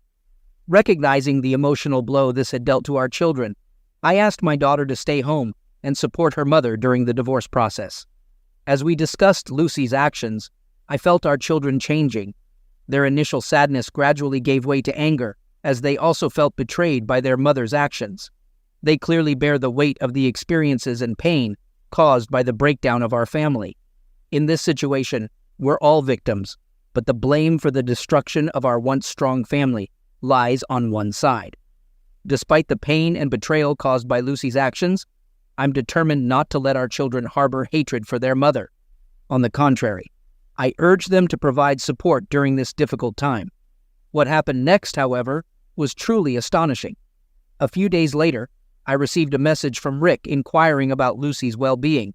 He brazenly stated that if I intended to divorce her because of her infidelity, then he was ready to intervene and take her for himself. In response, I made it clear that Lucy is a free woman who has the right to make her own choices. After our correspondence, I promptly blocked him, excluding any further contact with him from my life. Oddly enough, Rick's message didn't provoke much anger in me. I didn't want to be manipulated by this intruder. After all, I was never married to him, didn't love him, and didn't trust him. My deep connections were exclusively with Lucy, which is why her betrayal caused me such profound pain. It's not so much the feeling of insecurity that concerns me, but the emotional aftermath of her actions. If she wants to continue her relationship with Rick, it doesn't bother me. Since the divorce papers are set to be delivered today, I eagerly await my daughter's call to learn how Lucy reacted to this development. Meanwhile, I need to address a multitude of crucial issues, including property division, retirement planning, and ensuring the safety and well-being of my children. These tasks demand careful consideration and resolution as I work to establish a solid foundation for the future. Time has passed, and it was a challenging and stressful period as I worked to resolve various issues. I'm pleased to report that my divorce is now officially settled, but when Lucy received the divorce papers, her illusions about my temporary anger came crashing down. The reality of the situation hit her hard, and she struggled to come to terms with it. She had been living in a bubble, believing that my anger would eventually subside and we would reconcile. However, once she received the documents, this fragile bubble burst, revealing the truth about our separation. She persistently requested a meeting with me before signing the divorce papers, convinced she could persuade me against it. She was right, and if I had agreed to meet her, her persuasive words and magnetic presence might have swayed me. Nonetheless, I decided to stand by my decision, prioritizing my emotional well-being. Conflicting emotions overwhelmed me. Despite still loving Lucy deeply and finding it painful to witness her deteriorating condition, I couldn't ignore the damage to our family and neglect my self-respect. I realized she had taken me for granted, destroying the foundation of our once strong love. As much as I wanted to save her from becoming a shell of her former self, I knew I couldn't continue living in such a toxic environment. My daughter contacted me, expressing concern about Lucy's fragile state and informing me that Lucy had been hospitalized due to depression. Additionally, the financial burden caused by her actions fell on her shoulders, further reinforcing my confidence that despite the difficulty of watching her suffer, I had made the right decision for myself and our family's well-being. Lucy's refusal to take any medication or supplements to maintain her health worsened her condition, necessitating a switch to a liquid diet. Some might view my actions and apparent indifference to her deteriorating health as those of a ruthless and selfish person. They may question whether I truly loved Lucy. To such conclusions, I respond as follows. Without experiencing the profound pain of betrayal, it's challenging to fully grasp the depth of my suffering and the complexity of my emotions. Describing my love for Lucy as mere adoration would be an understatement. I cherished her, worshipped the ground she walked on, and was her biggest fan and soulmate. Nearly 3 decades together, she wasn't just the love of my life, but also the mother of our children. Rick, in his own way, was right. Finding a woman like Lucy is exceedingly rare, distinguished by intelligence, talent, empathy, and all the qualities one could desire in a partner. I tried to care for her and treat her as such, but her actions toward me showed no reciprocation of love and trust. The deep connections were exclusively with Lucy, which is why her betrayal caused me profound pain. It's not so much the feeling of insecurity that troubles me, but the emotional aftermath of her actions. If she wishes to continue her relationship with Rick, it doesn't concern me. As the divorce papers are set to be delivered today, I eagerly await my daughter's call to learn how Lucy reacted to this development. Meanwhile, I must address various critical issues, including property division, retirement planning, and the well-being of my children. These tasks require careful consideration and resolution as I work to build a solid foundation for the future. Surprisingly, Nancy didn't act surprised at all. She claimed to already know why we had separated. Curious, she started calling me to learn the details of how I discovered Lucy's infidelity. I informed Nancy that Lucy had admitted to being unfaithful. Nancy apologized and mentioned that she had previously warned Lucy about Rick and advised her not to spend time alone with him. Regrettably, Lucy chose to disregard Nancy's advice. But Nancy also shared a version of the story that differed from what Lucy had told me. According to Nancy, she and Lucy were happily dancing when Rick joined them and made advances on Lucy. He kept whispering in her ear, which made me doubt Lucy's explanation that it was an apology. Nancy's account painted a different picture, casting suspicion on Rick's intentions and Lucy's involvement. Nancy expressed her dissatisfaction with this time. It felt like time passed slowly for me. After leaving our house, I stayed in a hotel for a few months and then rented an apartment while our divorce proceeded as planned. I continued to work, but I switched to clients that allowed me to work from home full-time. This change offered more flexibility and helped me adapt to my new life. Concerning our property division, Lucy received 50% of the money we had saved for our retirement home. Though it was tough to part with that money, I understood the importance of a fair split during our divorce. To ensure a fair distribution of the remaining 50%, which is rightfully mine, I decided to share it between my 2 children. They are old enough and independent, so having access to these funds can be useful for them. As for Lucy, she's still undergoing therapy to deal with her emotional issues. Nancy stays in touch with her and occasionally asks about my well-being. During a conversation with Nancy, she shared unexpected information about Lucy. It's crucial to handle this info cautiously, as Nancy still supports Lucy. Nevertheless, I'm willing to hear her perspective. It turns out that, despite what I thought, there are reasons to be skeptical about how well I know Lucy. I held Lucy in high regard, considering her strong and determined, but it appears that loneliness may have influenced her decisions. According to what I learned, Lucy began communicating with Rick, and he reciprocated her feelings. Their relationship appeared to be flourishing until he found out about our impending divorce. Once Rick learned about the divorce, his behavior took an unexpected turn. He distanced himself from Lucy, leaving her confused and heartbroken. Despite her efforts to remind him of his previous expressions of love, he claimed his intentions were only for a casual encounter. He admitted he didn't want a long-term emotional relationship or marriage due to her strong-willed nature. This revelation left Lucy feeling betrayed and shattered her image of Rick's intentions. Their relationship seemed built on fleeting desires and empty promises rather than genuine affection and commitment. It's difficult to fathom that Lucy begged Rick for a relationship, especially given his reputation for insincerity. Rick's true intentions were exposed when he revealed his desire for only a physical relationship, disregarding Lucy's need for emotional support. He also mentioned having a roommate with whom he was content. All his apparent love and admiration turned out to be a facade, which left Lucy feeling deceived and insulted. In a cruel final statement, Rick arrogantly claimed to have achieved his goals, even boasting about outsmarting Lucy. This revelation deeply unsettled Lucy, making her realize she had fallen for his lies and manipulations. A couple of weeks ago, I received an update on Lucy. My daughter had been living with her to provide companionship and support during her battle with depression since I left our home. However, after a year, my daughter reached her limit. Lucy's behavioral changes had become unbearable. Once emotionally strong, Lucy had transformed into a person filled with self-doubt and a constant need for attention. She had become unpredictable and unstable, displaying hysterical tendencies that strained others. Despite my daughter's best efforts, living with Lucy had become impossible. This was a stark contrast to the Lucy we once knew, highlighting the devastating impact of her actions and emotional experiences on her well-being. Lucy's mental state deteriorated, leading to delirium and confusion. She had turned into a controlling and possessive mother, frequently bombarding my children with phone calls if they didn't answer immediately. Whenever my daughter tried to address Lucy's stubborn behavior, Lucy became distressed and expressed her fear of losing them. She had been deeply terrified by my departure, and my children assured her that they wouldn't abandon her. They did everything in their power to help her with her depression, but if her controlling tendencies persisted, they might need to reconsider their stance.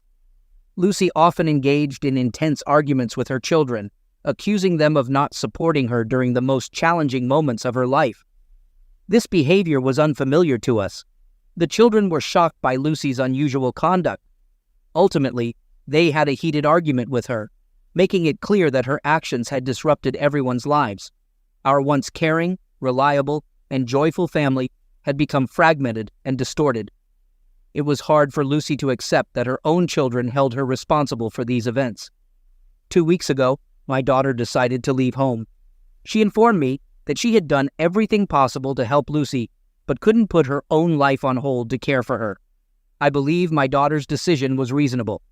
It's crucial for her to move forward, just as it's essential for Lucy to take responsibility for her life. While it's natural for someone my age to find some satisfaction in seeing his unfaithful ex-wife suffer, I must admit that I felt no joy in this situation. Instead, I felt deep sadness for Lucy and her current state. Her poor decisions have led to a lifetime of suffering, and I genuinely hope she can recover her former self. Regaining confidence and strength. Over the past year, I've traveled to 4 different countries. It has been an incredible journey, experiencing diverse cultures, savoring local cuisines, and embracing entirely new ways of life. Initially, I was disappointed to deviate from my retirement plan, which involved being with Lucy. However, I've come to appreciate the opportunity to immerse myself in various cultures and lifestyles. During my travels, I had the pleasure of meeting incredible people from various cities worldwide. Currently, I'm not involved in any romantic relationship, nor am I actively seeking one. I'm open to whatever the future might bring. To be honest, the last 2.5 years haven't seen any major events, except for my extensive travels to over a dozen countries and rekindling my passion for painting. In the past month, I had the opportunity to reunite with Lucy after a 4-year gap. The reason for this unexpected encounter was my son's upcoming wedding. He found his life partner, and 2 months before the wedding, he wished for Lucy and me to meet the girl's parents. At first, I was hesitant, suggesting we meet at the wedding, but I eventually agreed to accompany Lucy to this significant event. I realized it wasn't about me, but my duty as a father.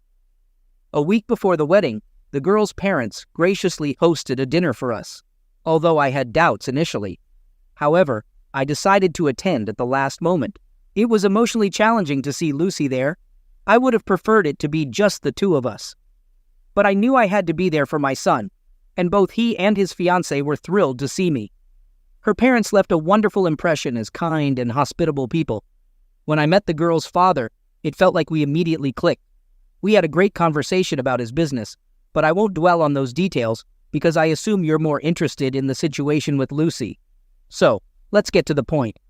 When I entered the room, I noticed Lucy appeared visibly uneasy. Something had changed in her, a transformation in her eyes. She was no longer the woman I once knew, although she smiled politely. There was tension in her. It was evident that she had distanced herself from me over time. Despite the years that had passed, Lucy still had her characteristic long hair, a consistent feature of her character.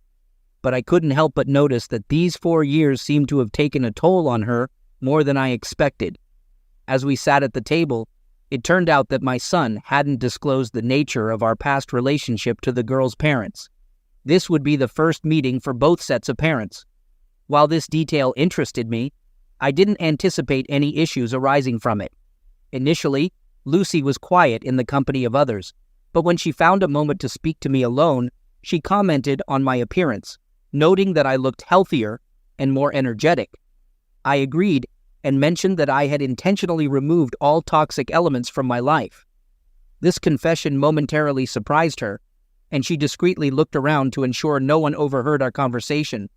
She curiously inquired about my current romantic status, but I deftly evaded the question, firmly stating that it shouldn't concern her.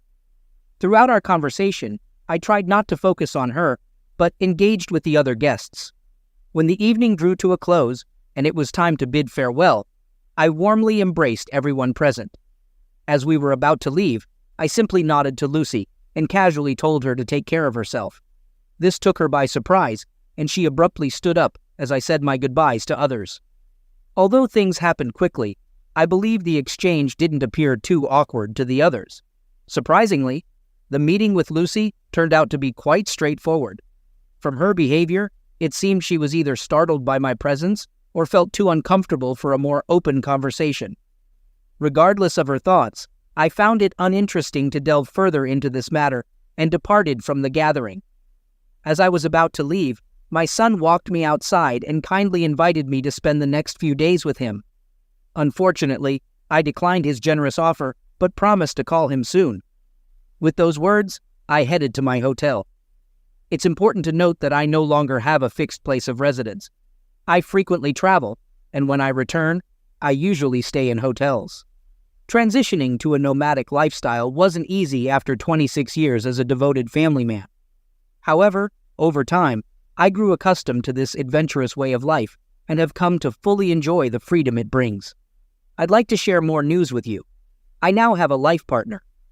2 years ago, during a trip to Tokyo, I met Ashlyn, a 52-year-old woman who had recently left an abusive relationship and embarked on her first solo journey. Our paths crossed while climbing a mountain, and we formed a genuine connection. At that time, neither of us sought a romantic relationship, so we developed a deep friendship. After my stay in Tokyo, I was planning to go to South Korea, and she intended to explore Thailand. Surprisingly, we continued to communicate over the next few months, nurturing our friendship. Recognizing our compatibility, we mutually decided to plan our future adventures together. Over the past year and a half, we've embarked on various journeys, exploring more than 8 countries. We've become travel companions, prioritizing the bond that connects us over rushing into a romantic relationship.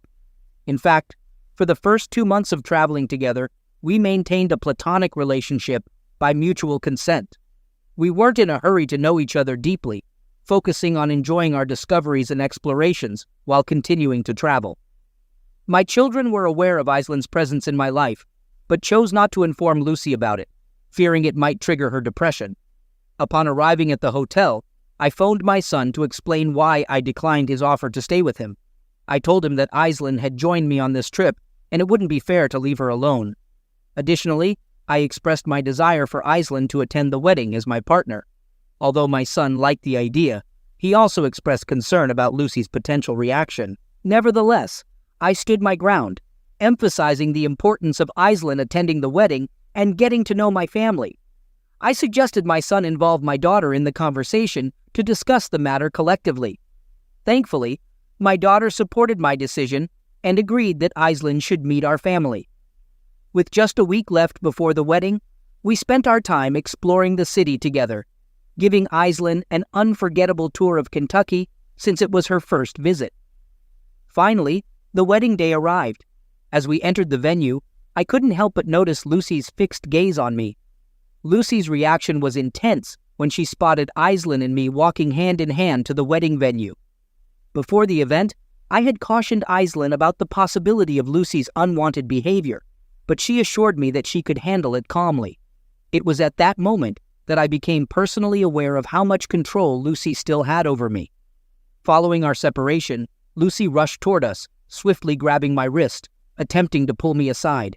I firmly stated I didn't want to engage in a personal conversation with her. Lucy posed direct questions, inquiring if Aislinn was my girlfriend and if I intended to marry her. I firmly replied that it was none of her business. With growing attention from other guests who noticed Lucy's tears and anger, I asked her to leave us alone. The wedding was about to begin, and her actions were disturbing the joyful atmosphere. My daughter tried to mediate and calm her mother, but Lucy stubbornly resisted. We implored her, stressing that her actions were spoiling the wedding for everyone. Lucy raised her voice, displaying her indifference to the situation. In response, my typically soft-spoken daughter intervened and became resolute. Not only did she maintain her composure, but she continued to give Lucy a stern and memorable lesson. I was taken aback by our daughter's unexpected outburst. With strong yet controlled anger, she conveyed a harsh truth that had been buried for too long. She reminded Lucy that they were supposed to enter the wedding hall together as a family. Instead, Lucy's involvement with someone else was seen as an act of betrayal. My daughter presented Lucy with two options: accept the situation and move on, or my daughter would ensure her removal from the wedding before it started. The gravity of her words left no room for negotiation or further disruption. As a father, I initially stepped in to protect my daughter. However, I soon realized her resilience and strength, even in the face of her own mother's actions.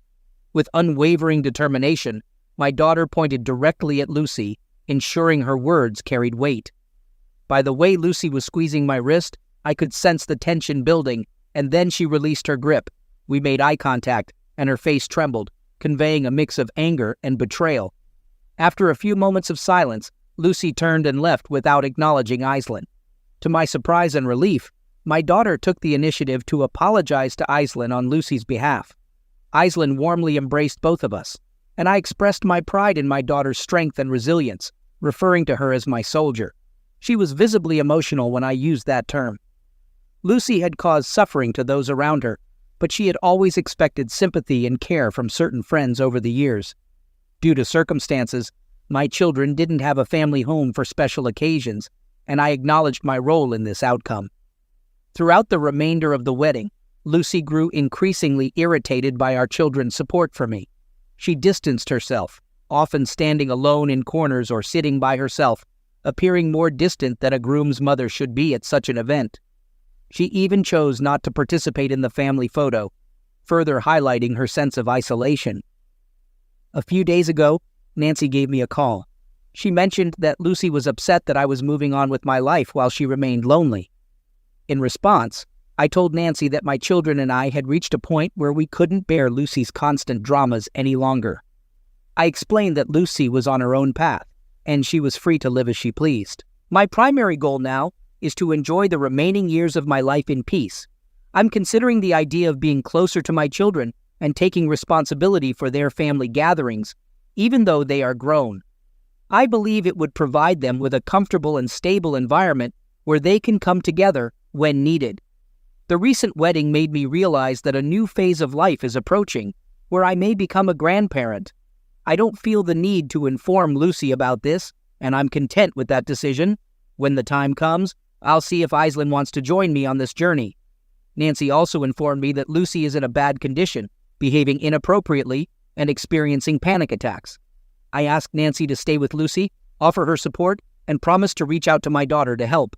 Since my daughter was away, Nancy couldn't stay with Lucy for an extended period, and she was left alone in the house in such a terrible state. Before the next day arrived, my children and I received devastating news. In a state of mental breakdown, Lucy ran onto the road and was struck by a motorcyclist who couldn't react in time to avoid the collision. Lucy, the love of my life and the mother of my children, passed away instantly. It's really difficult for me to talk about it. Her body was terribly injured, resembling a disassembled doll. While I might blame myself for insisting on bringing my new partner to my son's wedding, we couldn't have continued to endure Lucy's manipulations for the rest of our lives. It all began with her betrayal, and no one is at fault for the path she chose.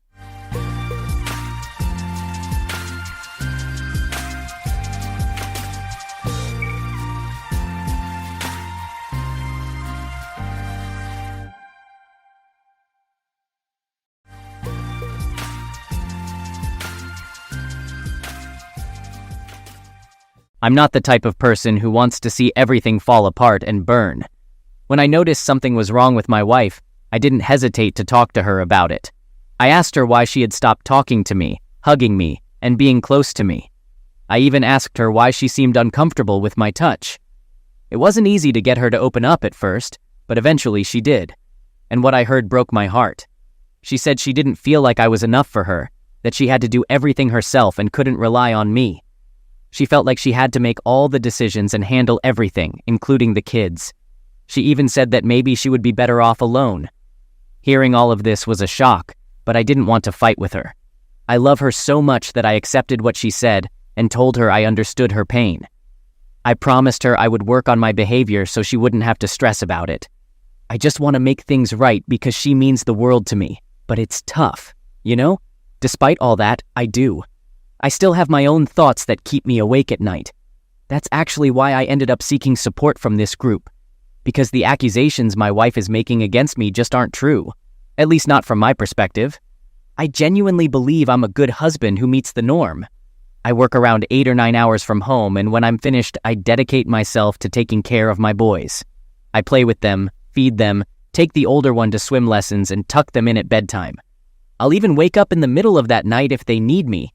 And it's not just about the kids. I also handle household chores, the dishes, groceries, and some cleaning. Although my wife thinks I'm not efficient enough at it, so she prefers to take over. I also take care of the car and other responsibilities related to our new house. I do all of this to make her life easier because I know how challenging it can be with 2 little boys. But the thing is, I'm not always the type of person who's constantly proactive.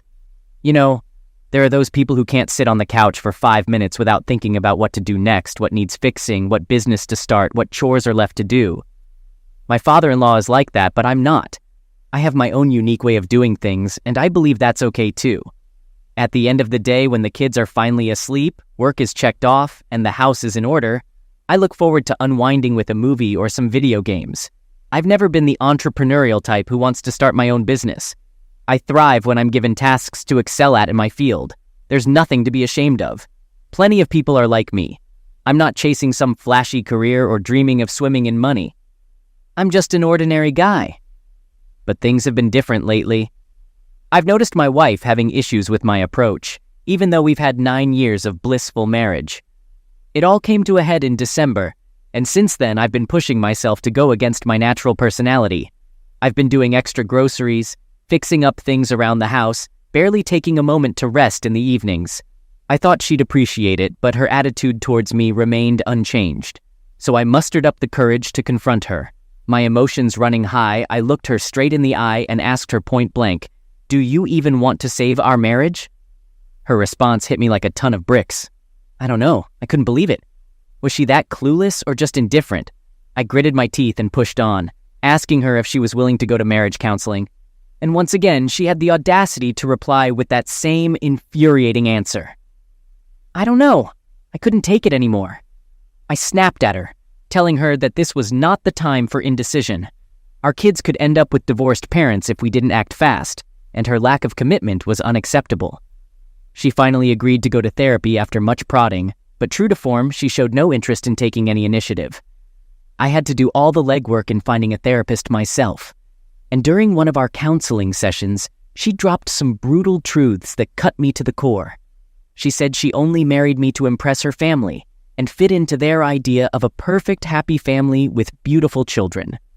She admitted that she was never truly in love with me, but was merely enchanted by the idea of marriage. As if that wasn't enough, I later found out that she had met with her fellow priest to discuss our marriage behind my back. It was a betrayal that left me reeling with anger and hurt. But despite it all, I soldiered on and found a good therapist for us. We're now approaching our third session, but it's been a rocky road. We learned that we have different love languages. I crave touch, while she prioritizes getting things done.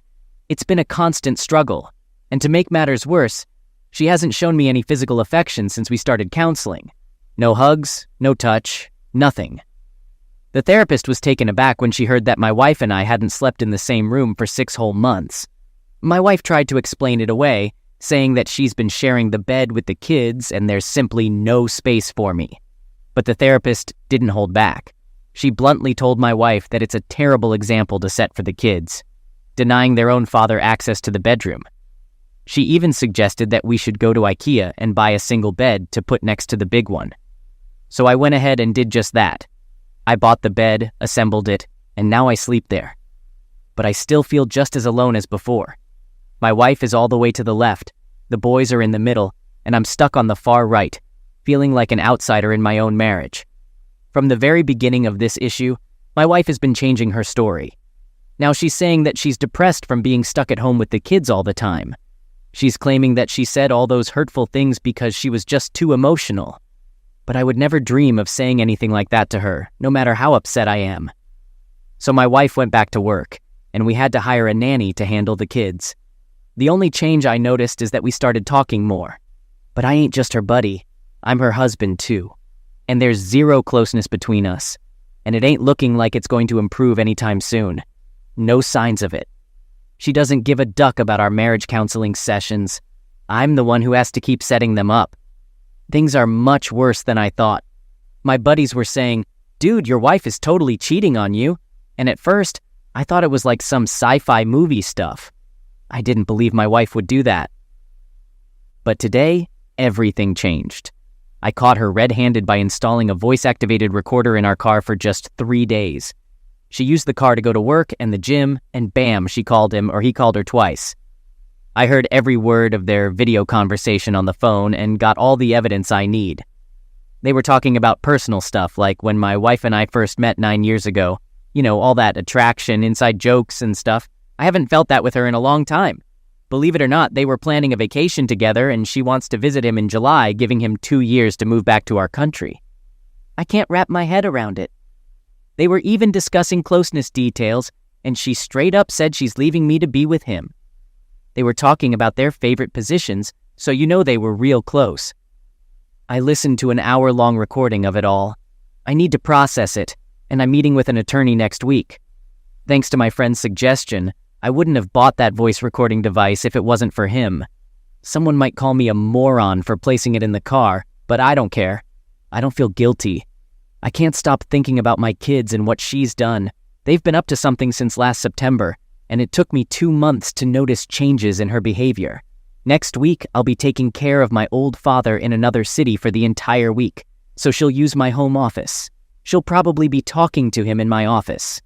Should I place the recorder there for the next week, or do I have enough evidence already? Out of the blue, my wife tried calling her ex-boyfriend 4 times in a row at 10 p.m., I found out through an app that saved our numbers, showing all incoming and outgoing calls. Why would my wife, who never mentioned her ex before, suddenly be calling him persistently? It drove me insane, so I checked her iMessages on her laptop. After calling him 4 times, she sent him a message saying, "I'm not giving up until you actually answer and communicate with me in a respectful and civilized manner." I couldn't believe my eyes. I confronted her, and she denied it until I showed her the evidence. She admitted trying to reach her ex, but her story was convoluted. I'm uncertain about how to process this. It all happened when she started distancing herself from me. Her perspective is that it's not strange or negative for her to have kept it from me. It doesn't hold much significance to her. Any contact with an ex is a red flag for me, and it's unacceptable. Is she being unfaithful? Our closeness has been lacking for the past 6 months, which is exactly when these calls took place. Who is her AP after all? I now have concrete evidence that our issues aren't due to the reasons she's been telling everyone. The thing is, she doesn't know that I know. None of her family or friends are aware either. They all think we're just going through a temporary rough patch. She comes from a Catholic family with 3 sisters, attends church every Sunday, and we live in a small town with a population of 17,000. We recently built a house that's still unfinished. I discovered that she's planning to have me leave so that she can have time alone. Within 2 years, her AP will move to our small town to live with her in our house, along with our 2 young boys. She's hoping people will understand, claiming she needs a father figure for her kids. Interestingly, the AP is actually her first boyfriend, and they were together for 7 years before she married me. We've been together for 9 years. Although he lives abroad, he frequently visits our country. I won't let myself be manipulated that way. I've hired a lawyer and will be meeting with them soon. I have recordings that could potentially damage her reputation. My cheating wife didn't see my next move coming. I talked to my lawyer and got some eye-opening advice. Going all out and trying to ruin her life during the divorce wouldn't be the wisest move. We have kids, and I'll be co-parenting with her for the next 16 years, so I need to be mindful of that. Plus, I respect her family and don't want to involve them in the divorce proceedings as witnesses. Additionally, I don't have a chance of winning custody since the kids need to be with their mother in the small town an hour away from me in the capital city. I wouldn't even be allowed to sell our house because the kids need a decent place to live, and we don't have another option. The place they're staying at now is owned by her dad, so it's just a temporary arrangement.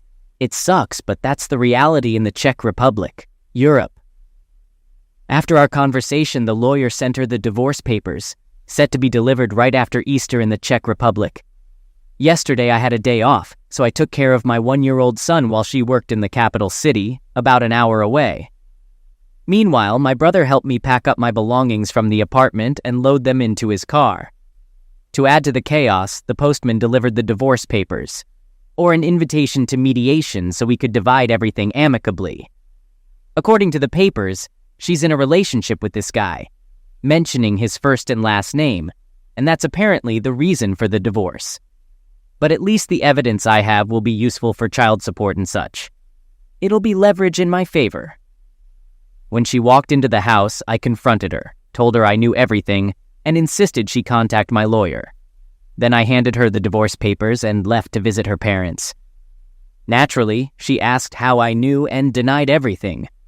Her parents were shocked, but they believed me. I recorded the entire conversation, following my lawyer's advice. I asked if they thought I was a good husband and father, and they approved, so she can't use them as witnesses against me in court. They understood the gravity of what she had done and how it devastated our lives. I thanked them for their understanding and headed to the capital city. Meanwhile, I reached out to a friend who helped spread the news to her circle of friends. Guess what? 2 hours later, my brother-in-law called, saying she confessed to cheating with the AP, but conveniently forgot to mention any closeness with him. Classic. He filled me in on how everyone's on my side and how she destroyed our once perfect family. He then suggested everything could be saved because he cheated on his wife too, and now they're living happily. Hilarious, right? Like that's going to make me feel better. Then, to add to the circus, her father called, blaming her and saying the AP will never set foot in his house again. He cut off financial support for my soon-to-be ex-wife, tried calling the AP, but the guy didn't pick up. And in a grand finale of absurdity, he thinks it can all be saved. But hold on, there's more.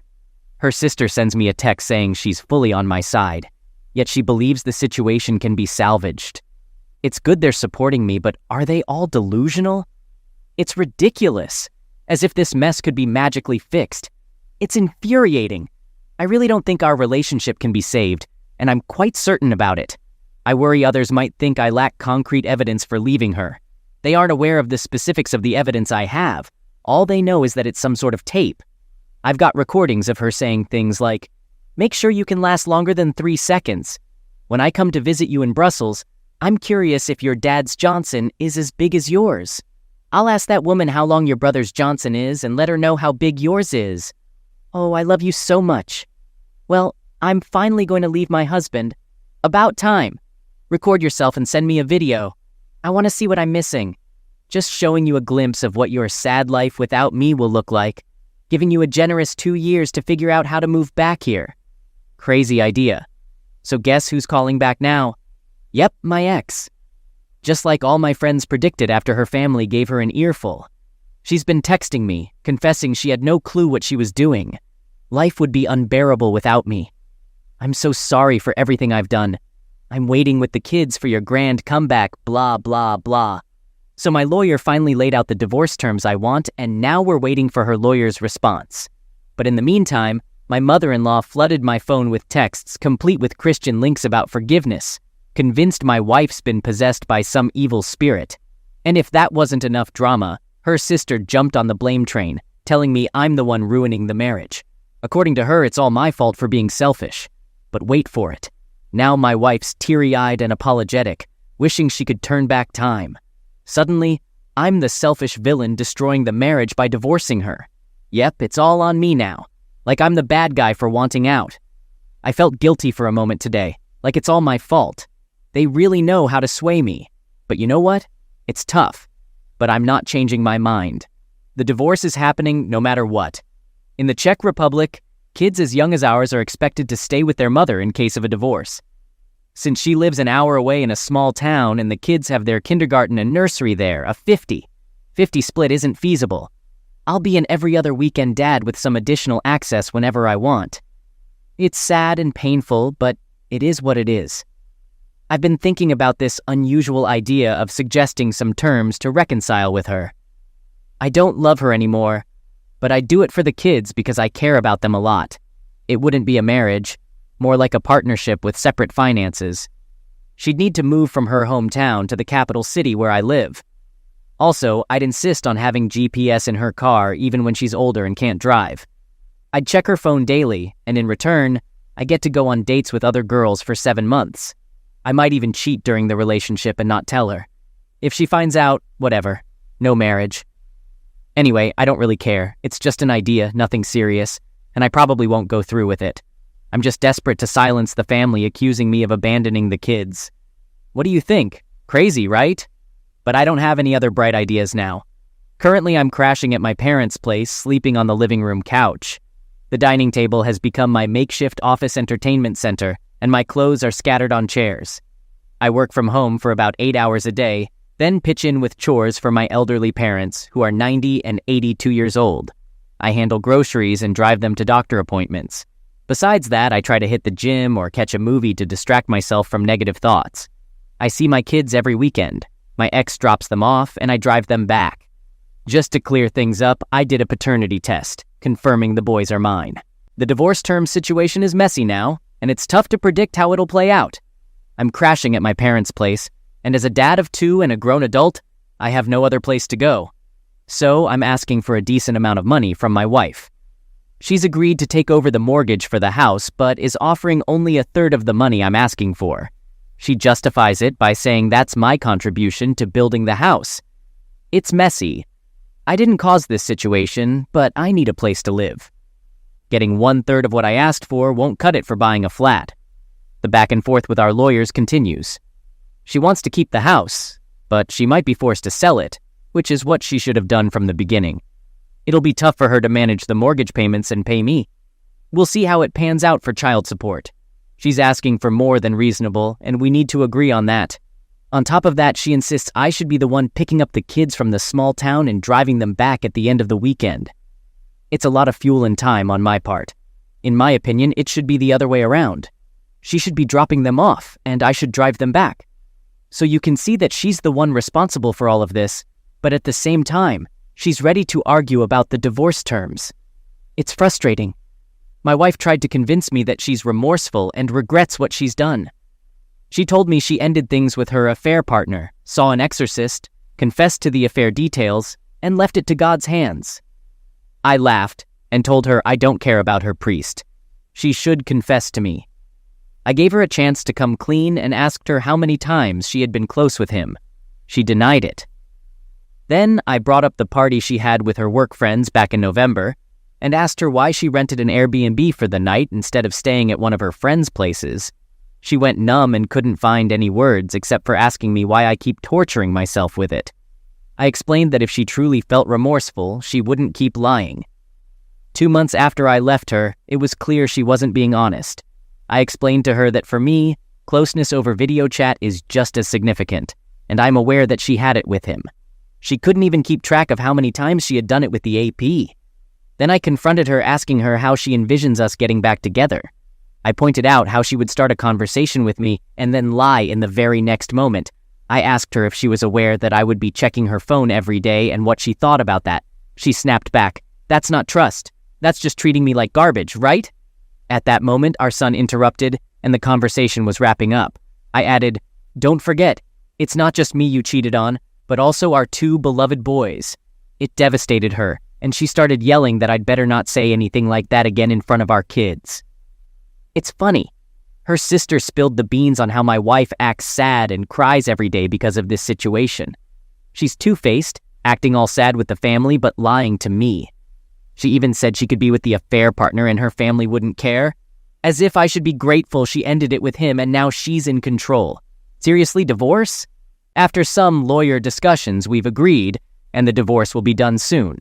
She gets the unfinished house, and the mortgage is all on her now. I want to clarify it's for the kids, not revenge for her cheating. Plus, I don't want to live in her small hometown, an hour away from the capital where I am now.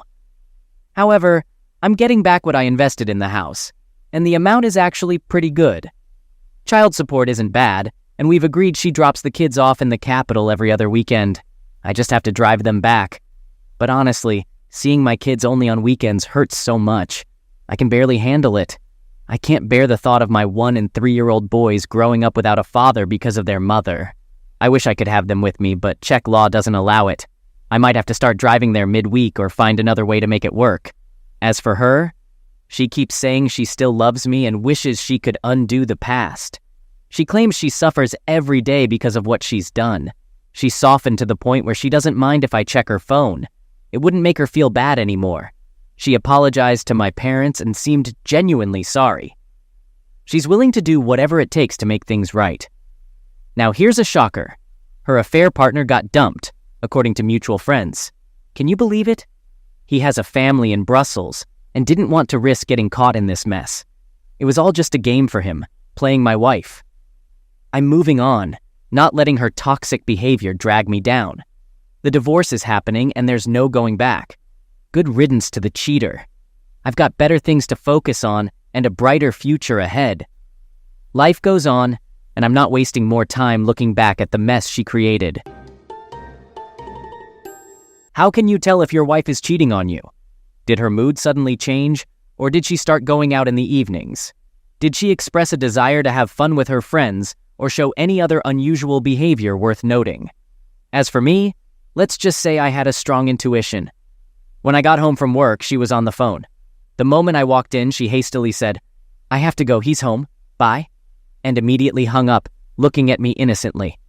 That triggered a terrible suspicion in me. I considered asking her about the call, but she could make up anything, right? Like chatting with a salesman about buying 2 massagers for the price of 1 for a cellulite treatment. Such thoughts didn't just pop into my head. There must have been a lingering doubt about my wife.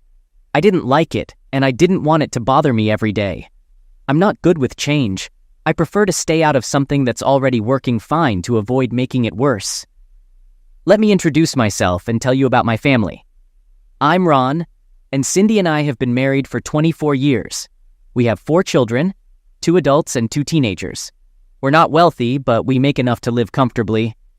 Thankfully, we have no debts. Cindy and I own a cozy house with a paid-off mortgage. Our cars aren't new, but we don't have monthly payments. We might have a few small credit card debts, but that's about it. Overall, we are a typical American family, trying to live within our means. On weekdays, we work, eat, and take care of our home. The younger kids go to school, and on weekends, we occasionally go out together.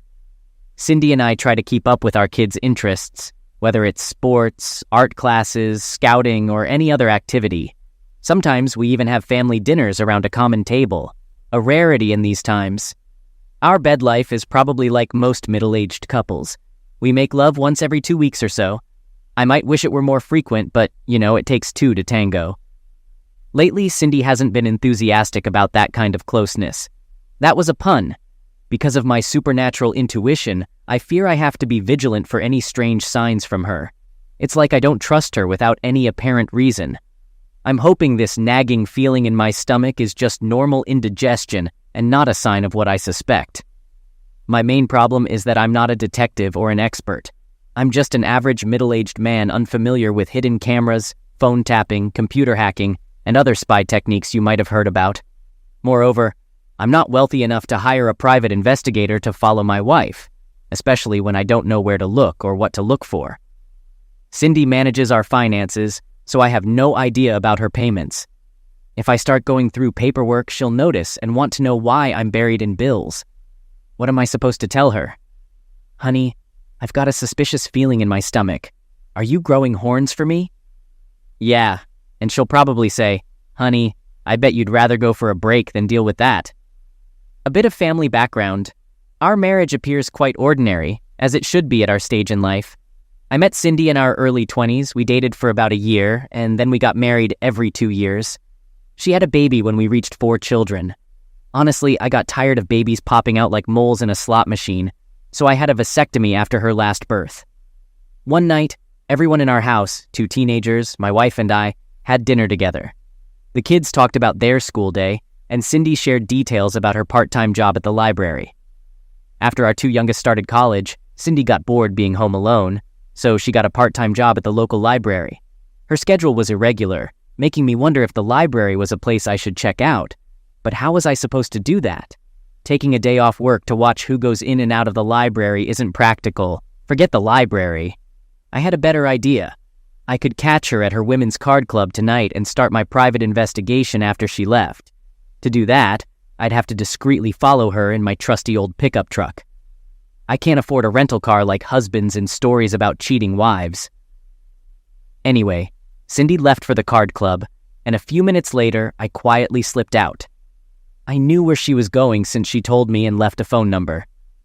Unfortunately, I lost her car, so I drove to Marge's house where the poker tournament was supposed to happen. Arriving there, I saw Cindy's car among others in front of Marge's house. I waited, scanned the street, and got out of my pickup, parked a couple of houses away. I crept to a window and peeked inside, seeing 4 women at each of the 2 card tables, chatting, smoking, and occasionally bursting into laughter. Just cards, money, and 8 women having a good time. No debauchery. I was ready to intervene and put an end to what I assumed was wild behavior. But my investigation hit a snag, and as I backed up to my truck, I stepped in dog poop. Great, I muttered, waddling sideways like a drunken crab with greased shoes toward the truck. Darn dogs and their owners who let them roam freely after feeding them, leaving the rest of us to deal with unexpected landmines. I had to spend about 10 minutes cleaning dog poop off my shoes before I could hop back into my truck. The stench lingered, so I rolled down all the windows, sped up, and made sure not to obstruct the inspector or risk a ticket for the foul-smelling environmental trail behind me. Despite the disastrous first attempt, I didn't give up. My gut feeling, like a reliable compass, insisted that betrayal was looming. Once home, shedding my soiled clothes, I headed to the laundry basket to inspect my wife's undergarments. Luckily, she hadn't done laundry this week. I checked her closet for revealing dresses and inappropriate clothes, then went through every drawer in her dresser. Nothing suspicious, absolutely nothing. In the office file cabinet, I found a binder of invoices. Flipping through the bills until they blurred in front of my eyes like lotto balls, I found nothing unusual. Except for the hole in the bagel. Honestly, Cindy was a pro at hiding evidence of infidelity. She was impressive. Next, I accessed her computer, using the password she had told me long ago, which was also printed out and hanging next to the computer. I scrolled through all of Cindy's emails, realizing it was a bit silly since we shared the same account. If there was anything fishy, I would have noticed it long ago. Not surprisingly, I couldn't find a thing. Another dead end. I've been searching for 3 hours and I've got nothing against Cindy. When I read cheating stories online, there's always some evidence. Secret phone records, motel bills, unexplained spending, and more. They hire super sneaky private investigators, install clever phone tapping devices, and catch cheating spouses red-handed. Yet where is all this stuff in my case? If I can't find a thing, My Cindy must be a master at covering her tracks and playing a double game. As I gave up and started cleaning my mess, Cindy walked in through the front door. Kneeling by the laundry basket, I held her dirty underwear. We both froze, her eyes widening like cat saucers. Cindy suggested it was time for a talk, accusing me of following her to Marge's. She described seeing my face behind the open window jamb and hearing grunting in the darkness, questioning if I had stepped in some dog poop. She even mentioned the location where Marge's dog did its dirty deeds.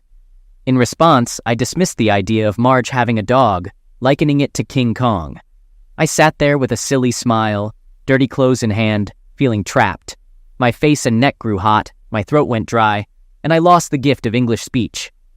I recapped recent events, expressing disbelief at finding Cindy sniffing me dirty laundry and questioning if she didn't trust me.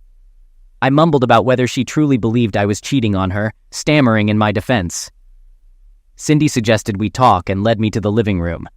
Tossing the laundry in the hamper, I got up and followed her, landing on the couch. Cindy sat down next to me, folding her hands in her lap and looking at me intently. Shrewdly, she asked if I was reading erotic stories again on my lunch break at work, to which I nodded embarrassingly. She inquired if the stories were about cheating wives, and I admitted they were. Cindy pressed further, asking if I thought of her when reading those stories. I mumbled in response, averting my gaze, admitting that I did think of her.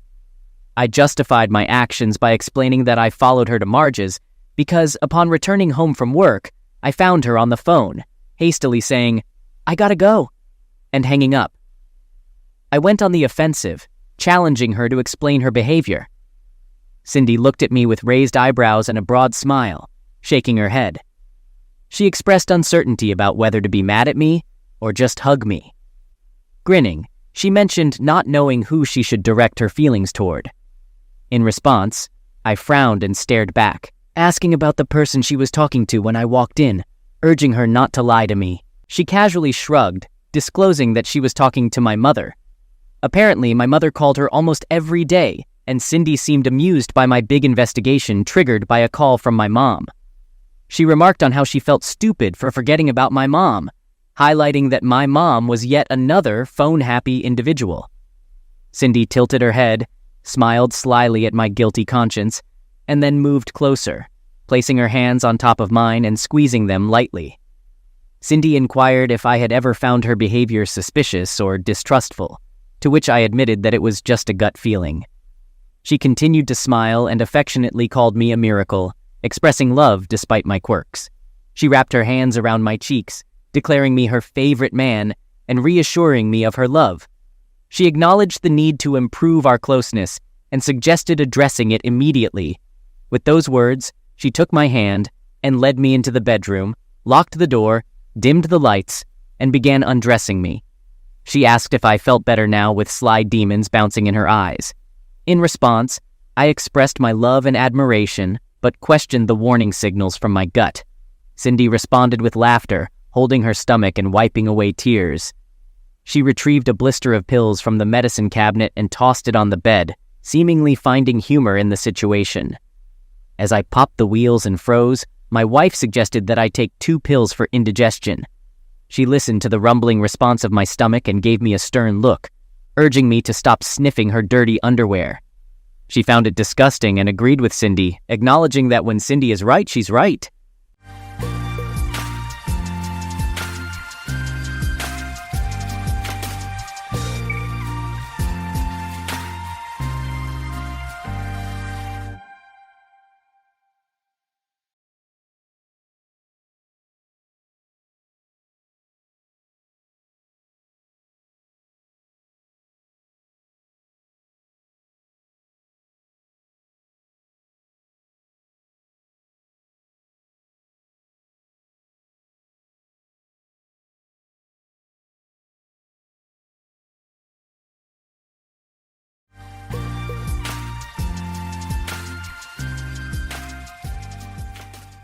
I was devastated when I found out my wife had been in bed with another man twice and was about to do it again.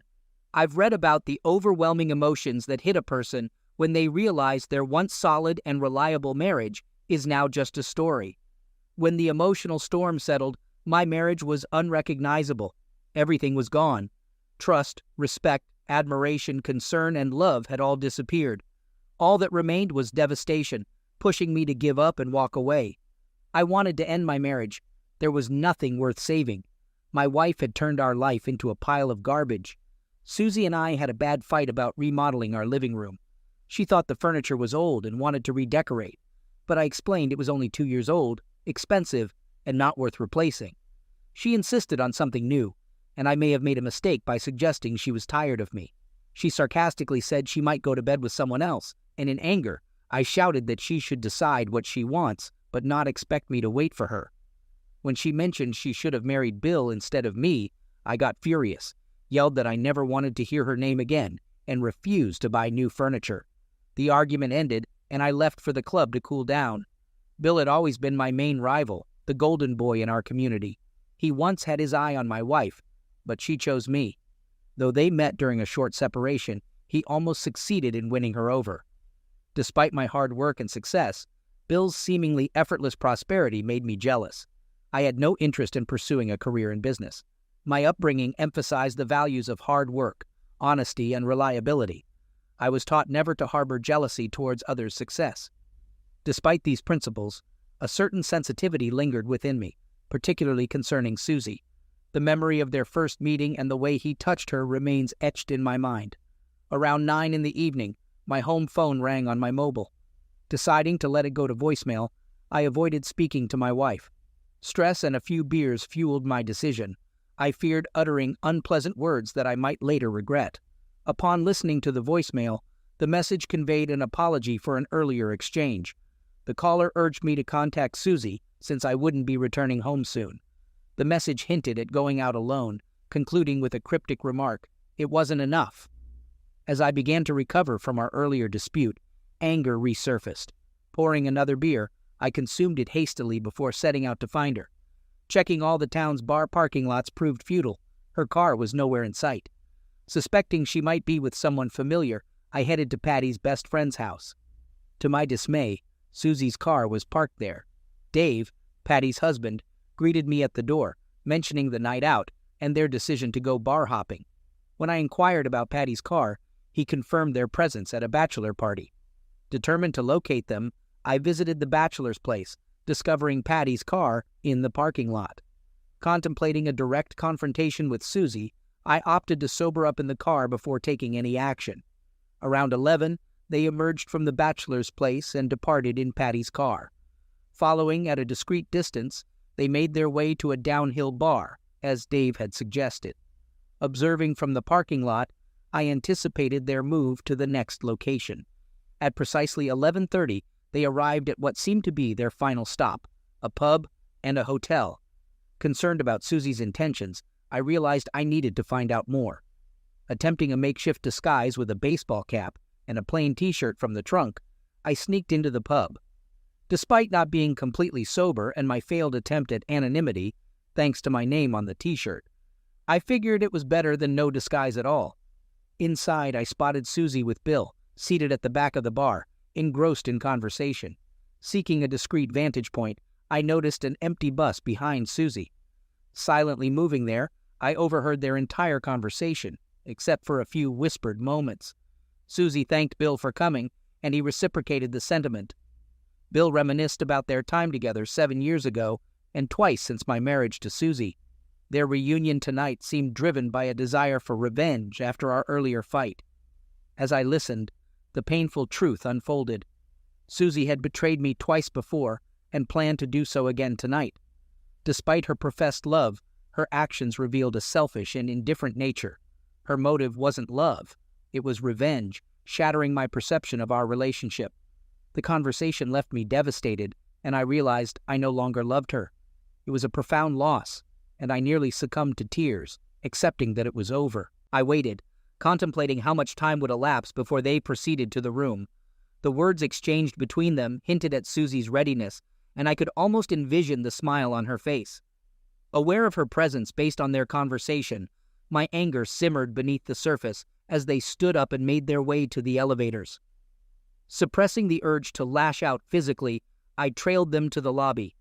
Uncertain of their exact floor, I approached the receptionist and requested a call to Pill's room. He angrily answered, correcting my misconception that it was room 422, not 312. Threatening police involvement, he forcefully hung up the phone.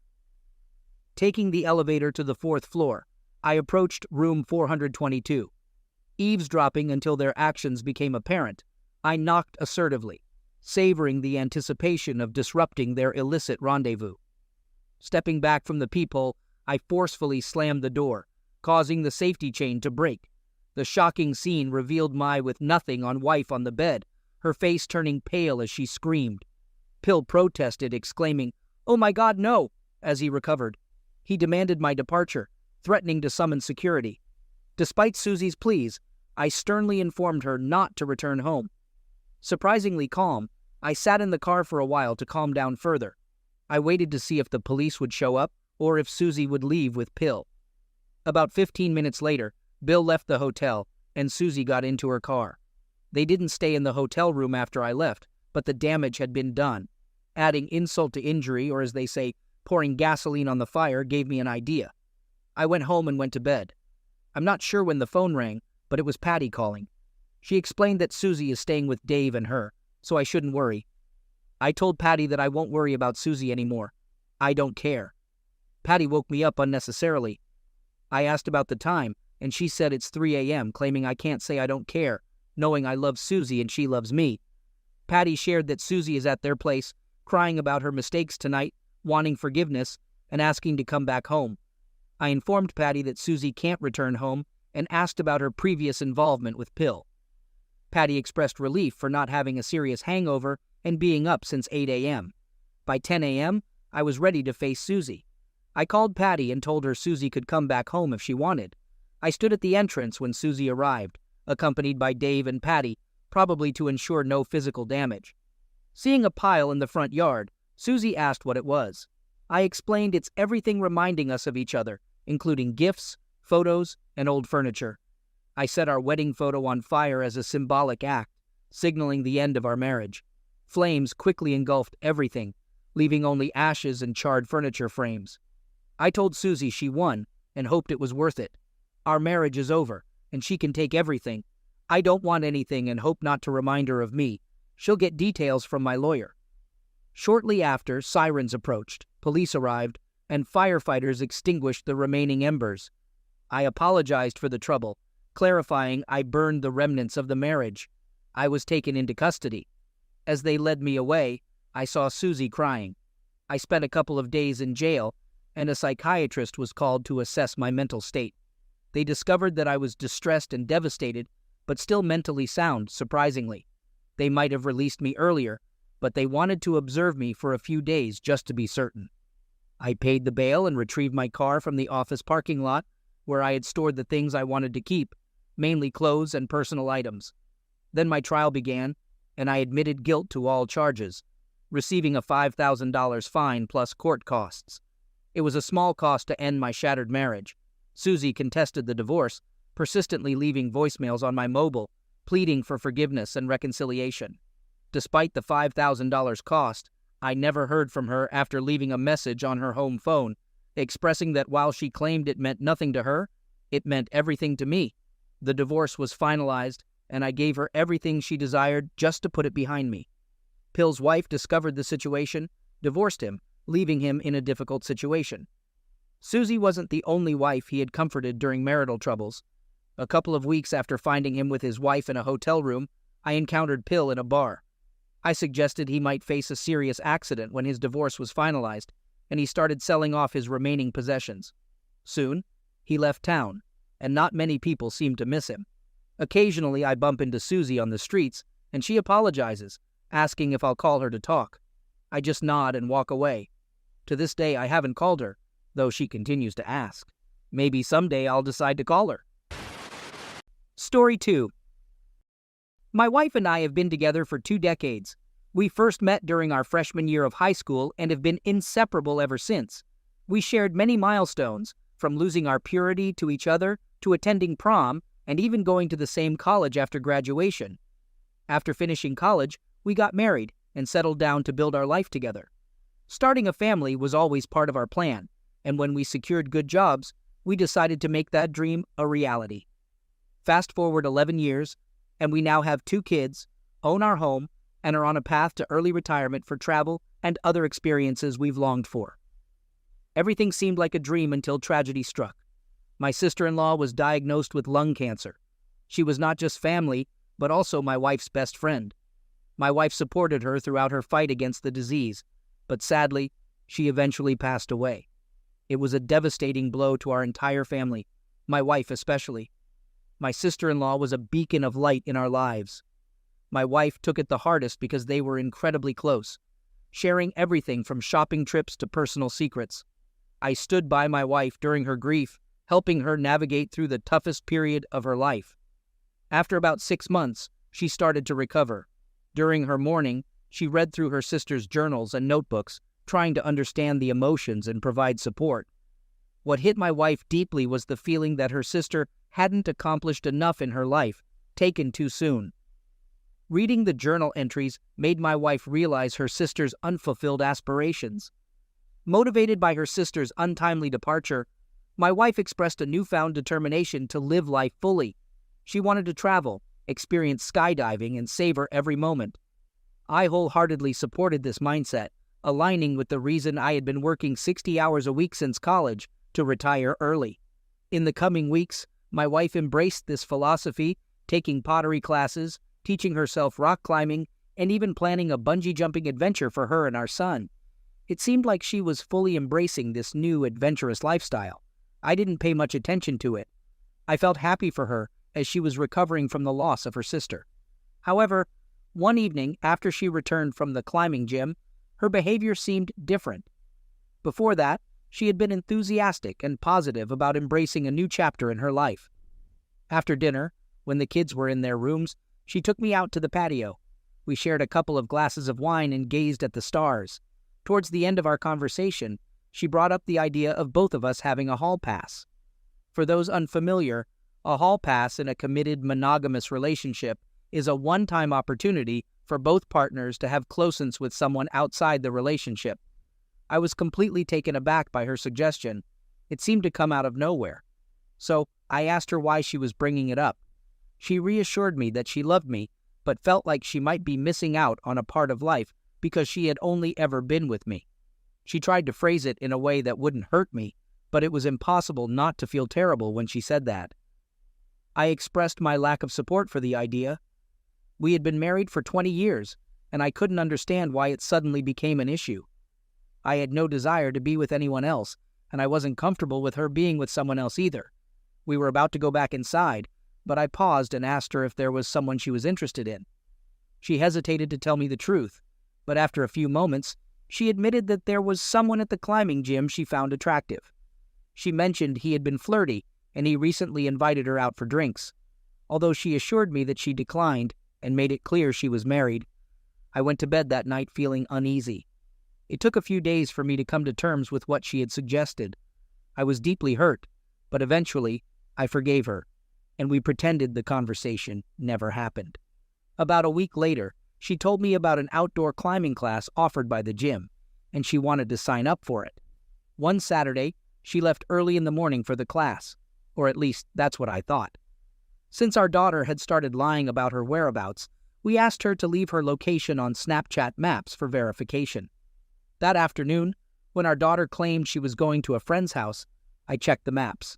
Everything seemed fine on our daughter's end, but I noticed my wife's avatar was in the heart of the city.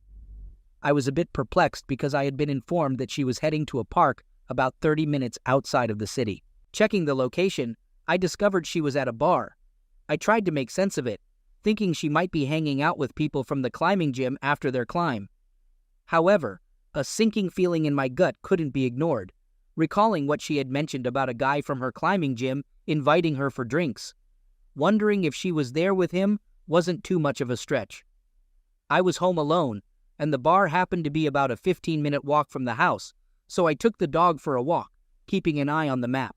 Upon reaching the bar, I peered through the windows and saw my wife sitting at a table with a man, leaning close and smiling as they chatted for 2 years.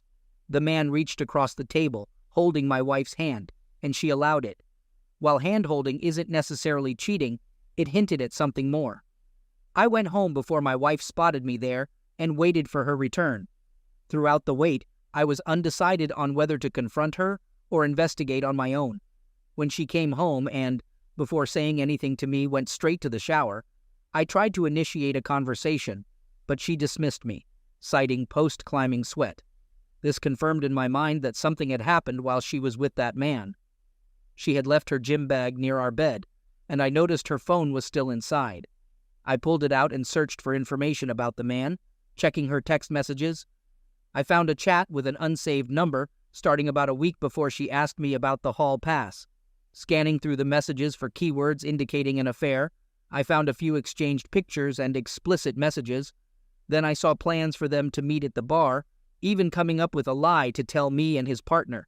I had no idea who the guy was, but I discovered him by checking the climbing gym's social media, where he was clearly featured in some pictures. He was tagged in everything, and through some digging, I learned he was married with a newborn baby. I was disgusted by what I discovered. Hurt doesn't even begin to describe the pain I felt. I had been with my wife for 20 years, and she was willing to throw all of that away because she wanted to be with another man.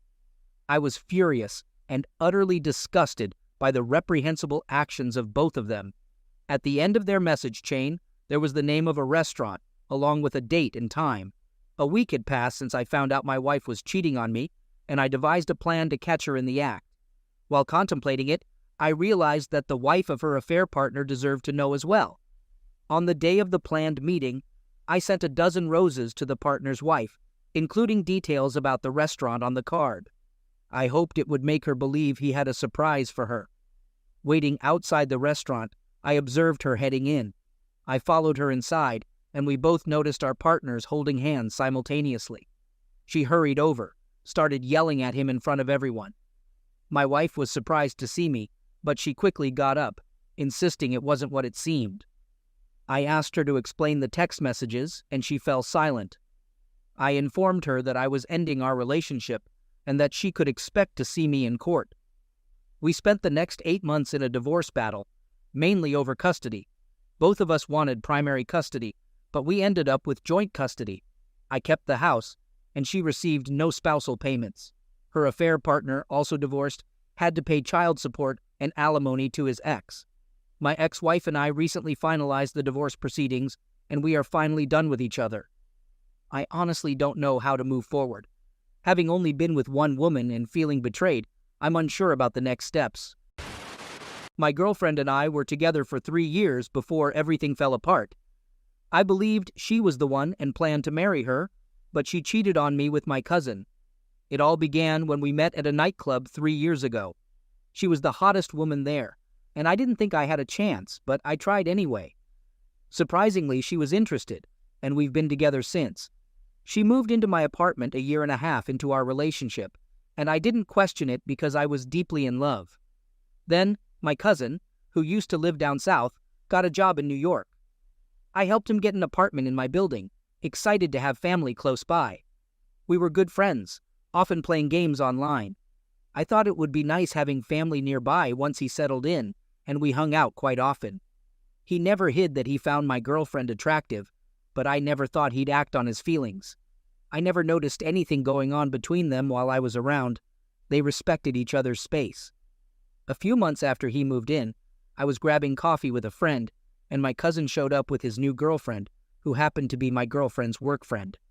We tried to set them up at a party, but it didn't seem to be going well. They were keeping things low profile, not wanting to pressure their relationship. Finding it amusing, I wanted to surprise my girlfriend with the news. I texted her to come to the cafe for a surprise, but she replied that she couldn't because she was hanging out with her friend. Ironically, the friend she claimed to be with was sitting across from me at the cafe. She lied about her whereabouts, and I, in turn, lied to my friends about her having a migraine. When I got home, she was nowhere to be seen. However, I noticed makeup on the bed, and she had clearly tried on a couple of outfits. I felt really nervous, thinking something was going on that I didn't know about, and I needed to talk to someone. I walked down the hall to chat with my cousin. Despite loud music playing in the background, I knocked on the door persistently until he heard me. After some shuffling, he opened the door, trying to dismiss it by saying he had company and would come over later. Once again, I had no reason to believe my girlfriend was cheating on me with my cousin, so I didn't assume it was her in there. It only dawned on me when I saw a shirt I bought her for her birthday on the arm of the couch behind my cousin. I played it cool, nodded my head, and returned to my apartment immediately. Once there, I searched for any other signs of cheating. Eventually, I went into her laptop, checking her Facebook messages with my cousin. Doing that completely shattered my heart. In the messages, my cousin asked her what she liked about me. She mentioned finding me funny with a good personality, but he insisted I wasn't her type, claiming he was. My girlfriend didn't disagree. They were extremely flirty, and at one point, she messaged him the classic "just got out of the shower" message. After that, they exchanged suggestive pictures with very explicit messages. Earlier that day, my cousin had messaged her, expressing his inability to stop thinking about her and his need to be with her. He instructed her to come up with an excuse to visit his apartment, and she did. Realizing it was over between my girlfriend and me, I decided to cut my cousin off entirely from my life, leaving no trace for everyone I knew. I captured screenshots of everything I saw, sending them to myself just in case my girlfriend attempted to lie. Fortunately, my name was on the lease, and hers wasn't since she moved into my apartment. This meant I could at least kick her out. When she came home a few hours later, I immediately told her to leave. Confused, she asked why, and I revealed that I had discovered her involvement with my cousin.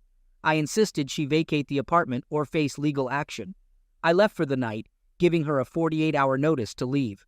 During my absence, both she and my cousin called me numerous times, but I ignored every call. Meanwhile, I gathered all my relatives in a group chat and disclosed everything about the situation. Everyone, including my cousin's parents, expressed deep disappointment and offered apologies, though they weren't directly involved. I received several messages from my cousin, calling me a coward and claiming family members labeled him a pig. I didn't care. He was, indeed, a pig. Since my girlfriend and I shared many friends, I created a group chat and informed them of the incident. They were shocked and firmly sided with me. Some girls in the chat revealed that my girlfriend had tried to call them seeking a place to stay. Despite feeling bad, they declined, as they didn't believe her actions were justified. Returning 2 days later, I found my girlfriend had left the apartment. Unsure of her whereabouts, I discovered that she stayed with my cousin. However, their personalities clashed, and he kicked her out after a week. After that, I lost track of where she went. I guess I learned that you really can't put your trust in just anyone, not even family. I'm Jason, and I had a 5-year relationship with my ex-girlfriend Bella. We met at a unisex salon where she worked as a hairdresser, and we hit it off from the start. Although I liked her initially, I never expected our connection to grow into a deep love. After several visits to the salon, I gathered the courage to ask for her number, and she agreed since we were already familiar with each other. The typical story unfolded. We went out, got to know each other, and eventually fell in love. Our decision to not rush into settling down early stemmed from my past heartbreak with an ex-girlfriend. I wanted to take things slow with Bella. After 5 years of dating, I felt it was time to make our commitment official.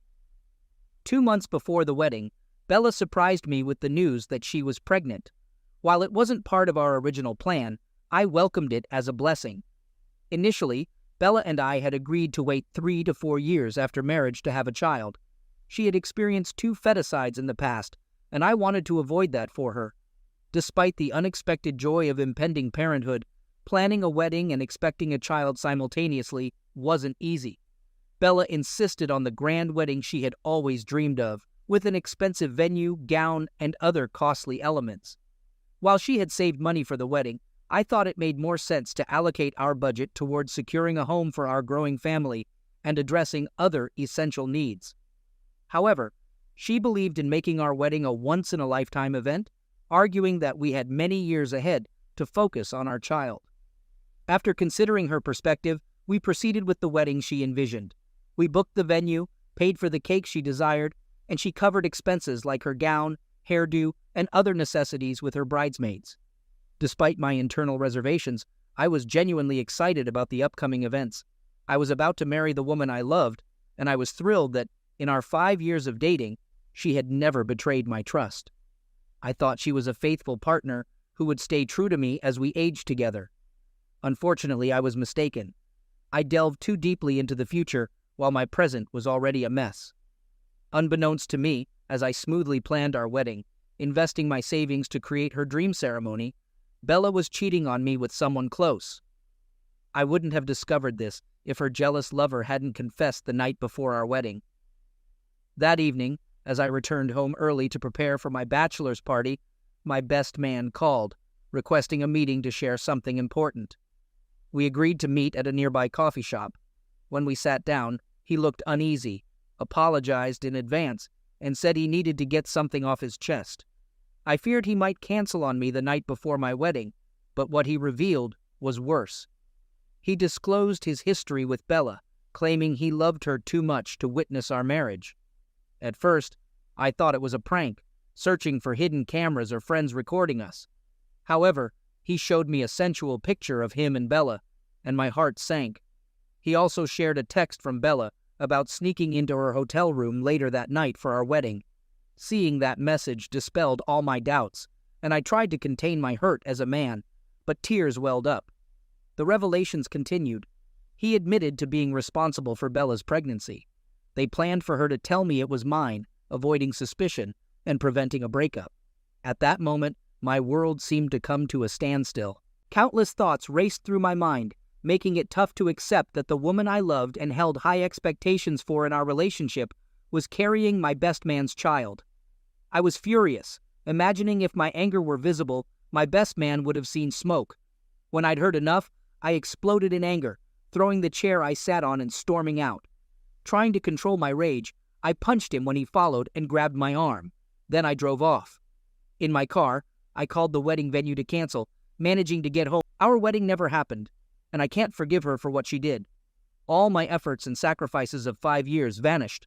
I yearn for legal recourse for heartbreaks and infidelity, wishing to drag her to court to make her pay for the wasted years and pain she caused. We haven't seen each other, and she lacked the courage to face me after I called off the wedding. I moved into the house I rented for us as a surprise, healing and moving forward daily.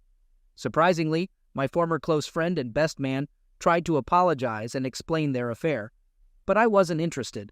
I told him we could no longer be friends, and he had no place in my life. Since then, we haven't made contact, and I'll never speak to him again, considering it childish. But I don't care. Bella didn't keep his child. She aborted it as payback, and they are no longer together. I've learned my lesson, and won't love deeply again. At times, I wish I had invested my resources and sacrifices in my life, a far better use than wasting them on a promiscuous woman. But as they say, where there is life, there is hope.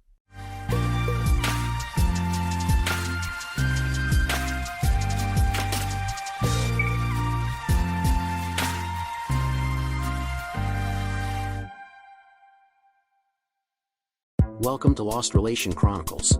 My name is Alan Davis, and I work as a mechanical engineer at a prominent automobile company. I was married to Rebecca for 5 years before she took my life and my marriage to hell. We had Timothy, our bright and curious 4-year-old son. I still remember the day Bill called to tell me he and Lori had bought a house in our neighborhood. "We'll be practically neighbors," he said, his voice brimming with excitement. At the time, I thought it would be a good thing. Timothy would get to spend more time with his cousins, and maybe Bill and I could reconnect, like the old days. We drifted apart a bit over the years, not because of any big fallout, but life just got in the way. At first, everything seemed fine. Rebecca, ever the thoughtful one, was thrilled for them. "They'll need help settling in," she told me one evening as we sat at the kitchen table. "I'll go over tomorrow and see if they need anything." And she did. She spent the day helping them unpack, organize, and figure out where to hang their pictures. When she came home that night, she was glowing with satisfaction. "Lori has such a great eye for decor," she said, pulling out her phone to show me pictures of their newly arranged living room. I nodded along, happy to see her happy. But as the weeks went by, those visits to Bill and Lori's house became more frequent. Rebecca wasn't just helping them settle in anymore. She was helping them with everything. She was over there almost every other day, fixing up their garden, brainstorming paint colors, babysitting their kids when Lori needed to run errands. It started bothering me, though I didn't say anything at first. I mean, what could I say? Rebecca was just being Rebecca, kind, generous, always willing to lend a hand. That's one of the things I loved most about her. But as time went on, I couldn't help but feel like she was spending more time at their house than she was at ours. One evening, after a long day at work, I came home to find Timothy sitting in front of the TV, eating cereal for dinner. Rebecca wasn't home yet. She texted earlier saying she was helping Bill with something and would be back later. I stood there in the doorway, watching Timothy as he laughed at the cartoon on the screen, completely unaware of my frustration. I couldn't shake the thought. Why was she over there again? What could possibly need so much help that it keeps her away from us? It wasn't just the time she spent there. It was the way it felt like Bill and Lori's house had become her priority. Our evenings together had become shorter, our conversations more scattered. When she was home, she'd often talk about the projects they were working on, how Lori wanted to redo the guest room or how Bill was building a new deck and needed her input. I tried to brush it off. I told myself I was overreacting, that I was just tired from work. But the truth was, I didn't like it. I didn't like that she was spending so much time at their house. And the more it went on, the harder it was to ignore. The afternoon had been quiet, almost peaceful. I'd taken the rare day off work to spend time with Timothy. He was curled up beside me on the couch, his small body tucked into mine as we watched a nature documentary on National Geographic. It was about chimpanzees, one of Timothy's favorite animals. The narrator's voice was calm and soothing, explaining the intricate social dynamics of the chimps. On screen, a male chimp began getting frisky with a female. It was brief, nothing graphic, but enough to make me glance at Timothy to see if he'd even noticed. Tim, however, was completely unfazed. He stared at the screen with the same innocent curiosity he always had. Then, out of nowhere, he said something that sent a chill down my spine. "That's just like Uncle Billy and Mom," he said matter-of-factly, as though he were talking about a cartoon he'd seen earlier. I froze. My heart stopped for a moment, and my mind raced to process what he just said. I turned to him, trying to keep my voice calm, though my pulse was thundering in my ears. "What do you mean, buddy?" I asked, forcing a smile. Timothy looked up at me, his wide, innocent eyes blinking as if I'd asked him why the sky was blue. 2 days ago," he said, his voice cheerful and unbothered, "I saw Uncle Billy and Mom doing that." He pointed at the TV, where the chimps had now moved on to grooming each other. I swallowed hard, my throat dry. "Where did you see them, Tim?" "At Uncle Billy's house," he said, as though it were the most obvious thing in the world. "I went to find Mom, but she was in the living room with Uncle Billy. Aunt Lori was there too. They were doing that." He gestured at the screen again, his little hand mimicking the chimp's movements. My stomach churned. I felt like the ground had been ripped out from under me. I didn't want to believe it. There had to be some explanation. Timothy was just a kid. Maybe he didn't understand what he'd seen. Maybe he'd misinterpreted something. I tried to probe further, keeping my voice steady despite the storm raging inside me. "Tim, are you sure? What exactly were they doing?" He nodded earnestly. "They were hugging really close, like this." He wrapped his small arms around himself to demonstrate. "And Uncle Billy was making funny noises. Then Aunt Lori laughed, and Mom told me to go play outside." I couldn't breathe. My mind screamed at me to stop, to tell Timothy he must have been mistaken, but I couldn't bring myself to say it. Instead, I asked one more question, my voice barely above a whisper. "Did they see you, Tim?" He shook his head. "No, I just saw them when I came inside." "I don't think they saw me." I sat back on the couch, my head spinning. Timothy turned his attention back to the TV, oblivious to the weight of what he'd just told me. My hands trembled as I clenched them into fists, trying to make sense of it all. Rebecca, Billy, Lori. The names swirled in my mind like a dark storm cloud. Could it be true? Had I been blind to something happening right under my nose? I looked at Timothy, so innocent, so trusting. He didn't realize the magnitude of what he just said, but I did. And now, there was no going back. After what Timothy told me, I couldn't let it go. The thought gnawed at me constantly, like a splinter buried deep under my skin. I didn't confront Rebecca right away. I didn't know how to. If I was wrong, I'd shatter our marriage over nothing. But if I was right, I didn't want to think about it. So I decided to watch her. I started keeping track of when she left the house and where she said she was going. I kept my questions casual, pretending I was just being an attentive husband. "Where are you off to, honey? Or what time should I expect you back?" She never seemed suspicious of my sudden interest in her schedule, but I noticed patterns. Rebecca was spending more and more time at Bill and Lori's house. Even when she didn't explicitly say she was going there, I had a gut feeling that's where she'd be. At home, things began to shift. I couldn't bring myself to touch her. Every time she tried to initiate intimacy, I made an excuse. I'm tired, or I've got a headache. I couldn't look at her the same way anymore. I didn't trust her, and it ate away at me. One day, I decided to act. I left work early, telling my boss I wasn't feeling well. As I drove home, my heart pounded in my chest. I didn't know what I was hoping to find. Part of me wanted to be proven wrong. Maybe she'd be at home, cleaning or playing with Timothy, and I'd feel like an idiot for doubting her. But as I pulled into our driveway, the house was eerily quiet. Her car wasn't there. I walked through the front door, calling out, "Rebecca? You home?" No answer. The emptiness of the house confirmed what I already suspected. I turned and headed toward Bill's house, my legs heavy with dread. The short walk felt like an eternity. As I approached, I noticed all the curtains were drawn, and the place looked still from the outside. I circled around to the back of the house, my footsteps soft against the grass. The back door from the kitchen area was slightly ajar. My heart raced as I pushed it open quietly and stepped inside. The house smelled faintly of perfume and something else, something musky. I moved through the kitchen, past the dining room, and toward the living room, following the muffled sounds I could hear in the distance. At first, I thought it was the TV, but as I got closer, I realized it wasn't. It was moaning, low, guttural sounds of pleasure. My stomach turned as the realization hit me. I moved slowly, my body on autopilot, every nerve screaming at me to turn back, to leave. But I couldn't. I had to know. As I reached the hallway, the sounds grew louder. I stopped outside the door to the den, my hand hovering over the handle. For a moment, I hesitated. Part of me still clung to the hope that this was all some terrible misunderstanding. But I pushed the door open, and there they were.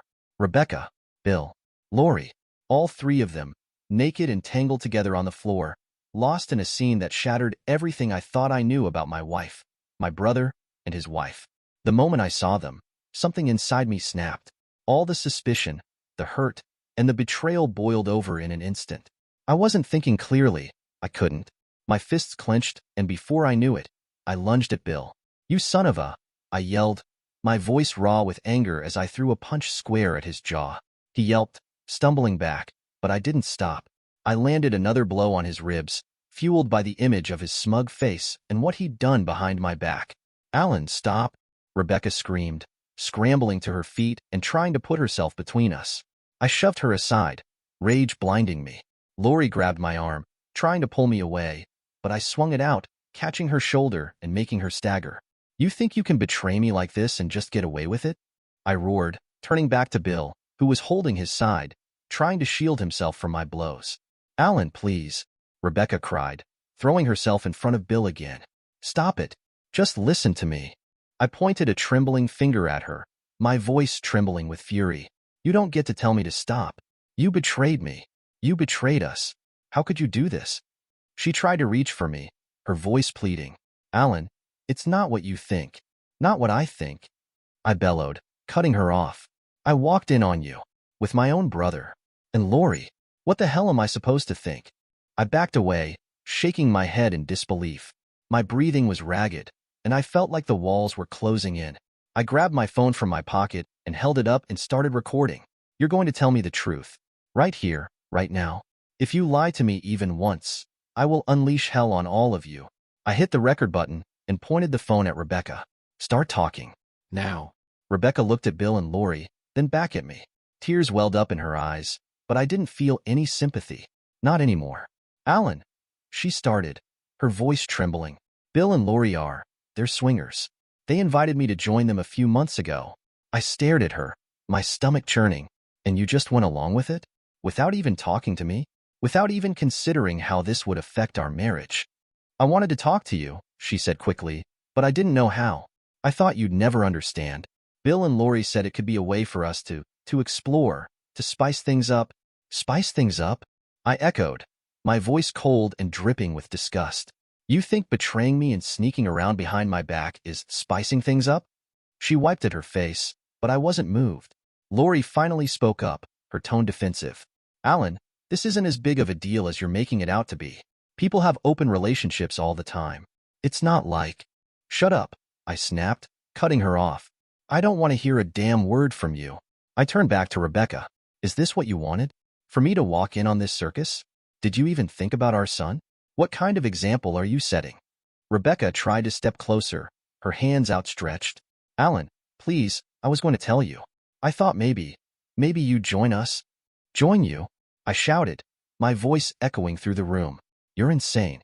All of you. I pulled my phone back and took a few pictures of the scene. The three of them, still partially undressed, looking stunned and ashamed. You're going to regret this, I said, my voice low and full of venom. Without another word, I turned and stormed out of the house, my heart pounding and my mind racing. As soon as I got home, I sent the pictures and the video to my parents and Rebecca's parents, adding only a single line. This is what your daughter has been up to. Then I grabbed Rebecca's clothes, her shoes, her bags, everything she owned, and threw it all out onto the street. I didn't care who saw. She didn't deserve my consideration anymore. I had barely sat down on the couch, my head spinning from everything that had just happened, when my phone started blowing up with calls. The first one was Rebecca's father. As I answered, his voice roared through the speaker. Alan, is it true? Did that daughter of mine? He stopped, his breathing heavy. If you see that bitch, tell her she doesn't have parents anymore. She's dead to us. I can't believe she'd do something like this. To you, to Timothy, to all of us. I didn't know what to say. His anger mirrored my own, but hearing it from him only made it feel more real. I muttered a quick, I'll let her know, and hung up. Seconds later, my father called. His tone was cold and furious, something I'd rarely heard from him. Alan, I just got off the phone with Billy. I told him he's disowned. He's no son of mine. I told him to pack his things and leave the city tonight, to run to parts unknown before I find him and kill him with my own hands. He's a disgrace to this family. I swallowed hard, the weight of my father's words hitting me. Dad, listen to me, Alan. He cut me off. File for divorce. File a restraining order if you have to. Save Timothy from that woman. She's not fit to be a mother. Do you hear me? I hear you, Dad, I said quietly, my voice trembling despite myself. Good. Stay strong, son. You didn't deserve this.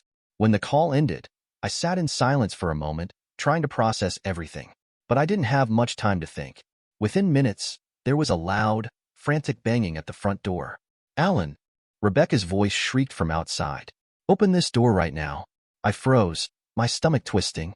Then I heard Bill's voice, deep and angry. You think you can humiliate us like that? Open the damn door. The banging grew louder, more violent. Against my better judgment, I got up and opened the door. The moment it swung open, Bill lunged at me, a wooden bat in his hand. You bastard! He roared, slamming the bat against the side of my head. Pain exploded through my skull, and I stumbled back, barely catching myself against the wall. Before I could react, the three of them were on me. Lori clawed at my face, her nails digging into my skin, while Rebecca screamed, How dare you refuse us? How dare you send that video to our parents? Bill swung the bat again, hitting my shoulder this time. You think you're better than us? You think you can just ruin our lives? He snarled. I tried to shield myself, but the blows kept coming. Lori kicked at my legs, and Rebecca slapped me across the face, over and over, her voice a shrill mix of rage and betrayal. You ruined everything, she screamed. You're a selfish, pathetic excuse for a man. I was on the ground now, curled up and trying to protect my head. But then, through the chaos, I heard a voice shouting from outside. Hey, what the hell is going on here? It was my neighbor, Mr. Carter, and he wasn't alone. He'd brought 3 other men with him, all of them rushing toward the house. Bill barely had time to react before Mr. Carter tackled him to the ground, wrestling the bat out of his hands. One of the other men grabbed Lori, pulling her away from me, while another restrained Rebecca. They were yelling, cursing, and thrashing, but they were no match for the 4 men who'd come to my rescue. Call the cops, Mr. Carter barked. I already did, one of the other men replied, holding Rebecca in a firm grip as she spat and screamed. I lay there on the floor, dazed and in pain, as the sounds of sirens grew louder in the distance. The trio was subdued, their shouts growing weaker as they realized they'd been caught red-handed. I was rushed to the hospital shortly after the commotion at my house. The throbbing pain in my head and shoulder was unbearable, and I could barely move without wincing.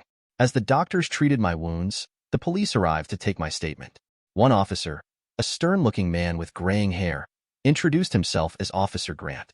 Mr. Davis, we've arrested the 3 individuals involved in the assault. However, I need to inform you that they've also filed charges against you for battery. My heart sank. What? I said, struggling to sit up. They broke into my house, attacked me, and now they're claiming I attacked them? Officer Grant nodded, his expression grim. That's correct. Based on the injuries they sustained during the altercation, they filed a complaint. Unfortunately, this means we'll have to process you for battery charges as well. I clenched my fists, frustration boiling over. Unbelievable, I muttered. They're the ones who... I stopped myself, taking a deep breath. Fine, I'll deal with it. But they're not getting away with this. After the hospital cleared me for release, I was taken to the station. The cold, sterile environment did little to calm my nerves as I made the necessary phone call. Mr. Parker, it's Alan, I said as soon as my lawyer picked up. Alan, I've heard. I'm already on it, he said firmly. Stay calm. I'll have you out of there as soon as possible. Thanks, I muttered. And once this is over, I want to start divorce proceedings. I also need restraining orders against all three of them. Rebecca, Bill, and Lori. You got it, Parker said. I'll take care of everything. Sit tight. It wasn't long before Parker arrived at the station, his sharp suit and confident demeanor commanding respect. He quickly secured my release on bail, and I was finally able to go home, though it no longer felt like home. 2 days later, Rebecca was served with divorce papers and restraining orders while still in jail. Parker made sure it was swift and clean. The police informed me that the case would go before a judge, which gave me a mix of dread and anticipation.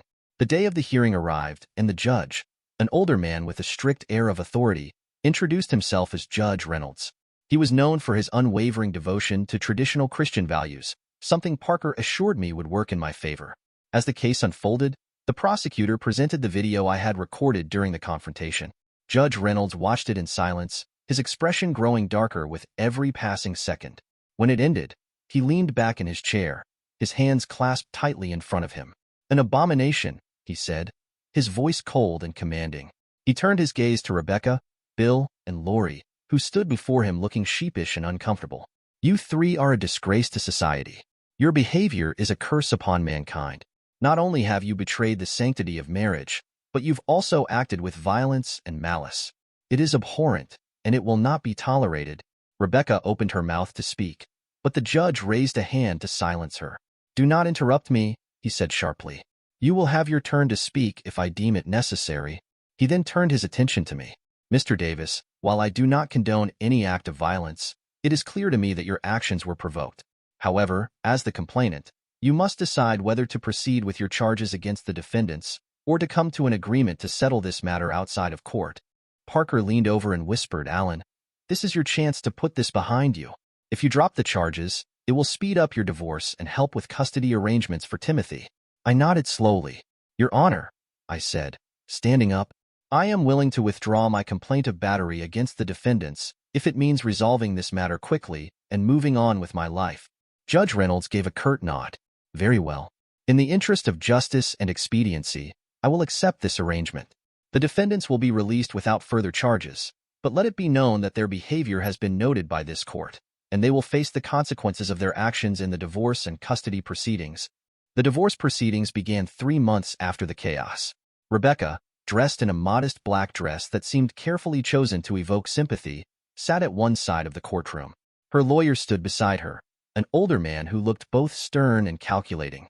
I sat on the other side, Timothy's future heavy on my mind. My lawyer, Mr. Parker, had prepared me well, and I felt confident in my stance. The judge, a sharp-eyed woman in her 50s, entered the room.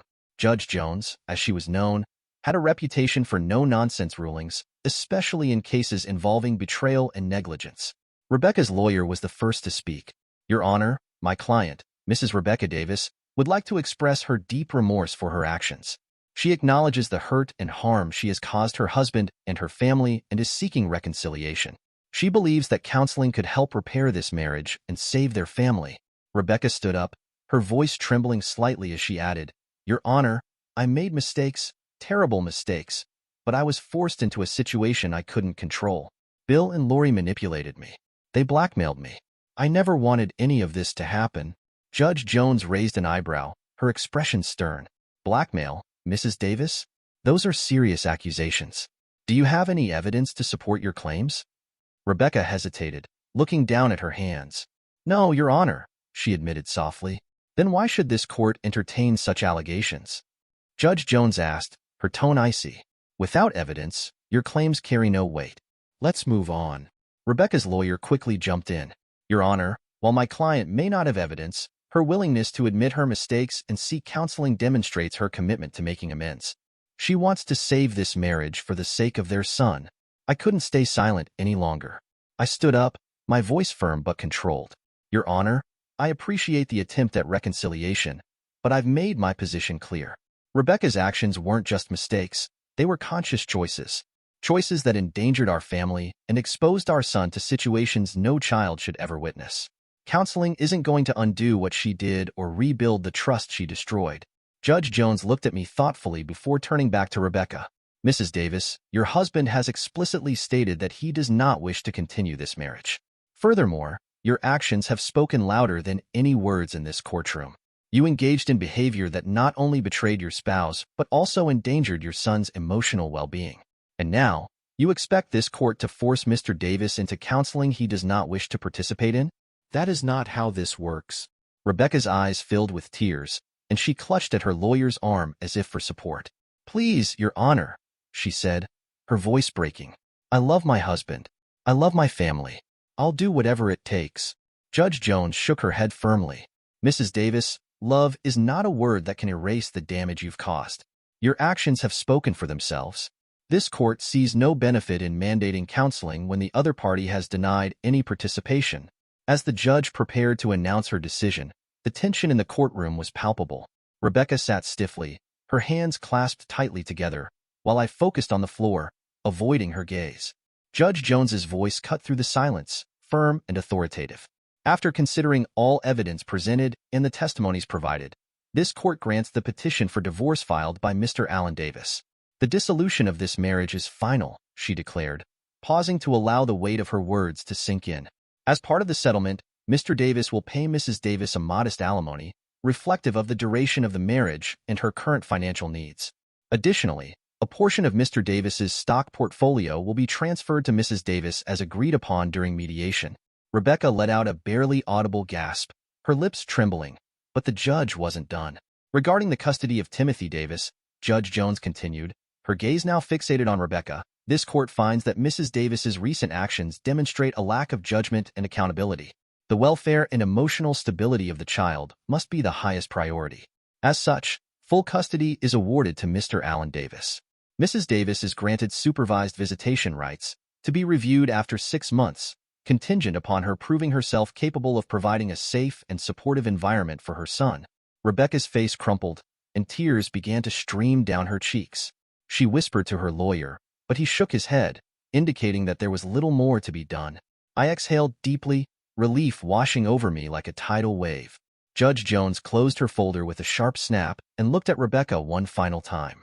Mrs. Davis, I suggest you use this opportunity to reflect on your actions and how they've impacted not just your husband but your child. Court is adjourned. The sound of the gavel echoed through the room, and I stood, ready to leave. As I turned to head for the door, Rebecca called out to me. Alan, she said, her voice raw and desperate. Please, can we talk? I stopped but didn't turn around. There's nothing left to say, Rebecca. You made your choices. She hurried over, ignoring the murmurs of those still in the room. Alan, I made a mistake. I know I messed up, but please, we can fix this. For Tim, for us. I turned to face her, my expression cold. Fix this? Rebecca, you destroyed everything. You didn't just hurt me, you hurt Tim. You hurt our family. There's no going back from this. I don't want to talk to you. Not now, not ever. Her tears intensified, and she reached out as if to touch my arm, but I stepped back. I hope you choke on your own spit and die, I said firmly, then walked away without looking back. Over the next few weeks, Rebecca's calls and messages dwindled. She had no choice but to accept the terms of the divorce. Once the alimony and stock transfer were finalized, she packed up her things and left town quietly. Neighbors whispered about her departure, but I didn't care. My focus was on rebuilding my life with Timothy. She was gone, and so was the chaos she brought into our lives. A few weeks after the dust had settled in court, my father paid a visit. He showed up unannounced, as he often did, and Timothy lit up with joy at seeing his grandfather. After spending some time playing with Tim in the living room, Dad turned to me with that familiar, serious glint in his eye. "Got any whiskey, Alan?" he asked casually. "Of course," I said, fetching a bottle and 2 glasses. Dad rarely drank, but when he did, it was usually when he had something on his mind. I poured us both a glass and handed him one as he settled into the armchair, swirling the amber liquid in his glass thoughtfully. "I'm here to see my grandson," he said, taking a sip, "but I've also got some unfinished business in this neighborhood." He leaned back, fixing me with a look. "Is that sorry excuse of a brother of yours still living around here?" I nodded, hesitating for a moment before answering. "Yeah, he's still here. I've been keeping my distance, though. Don't want any more drama." Dad chuckled, a low, menacing sound. "Well, he won't be for long." I raised an eyebrow. "What do you mean by that?" He simply smiled, a knowing, almost sinister grin, and took another sip of his whiskey. "Let's just say some people need to learn the hard way what it means to betray family." I didn't press him for details, but over the next few days, things started happening.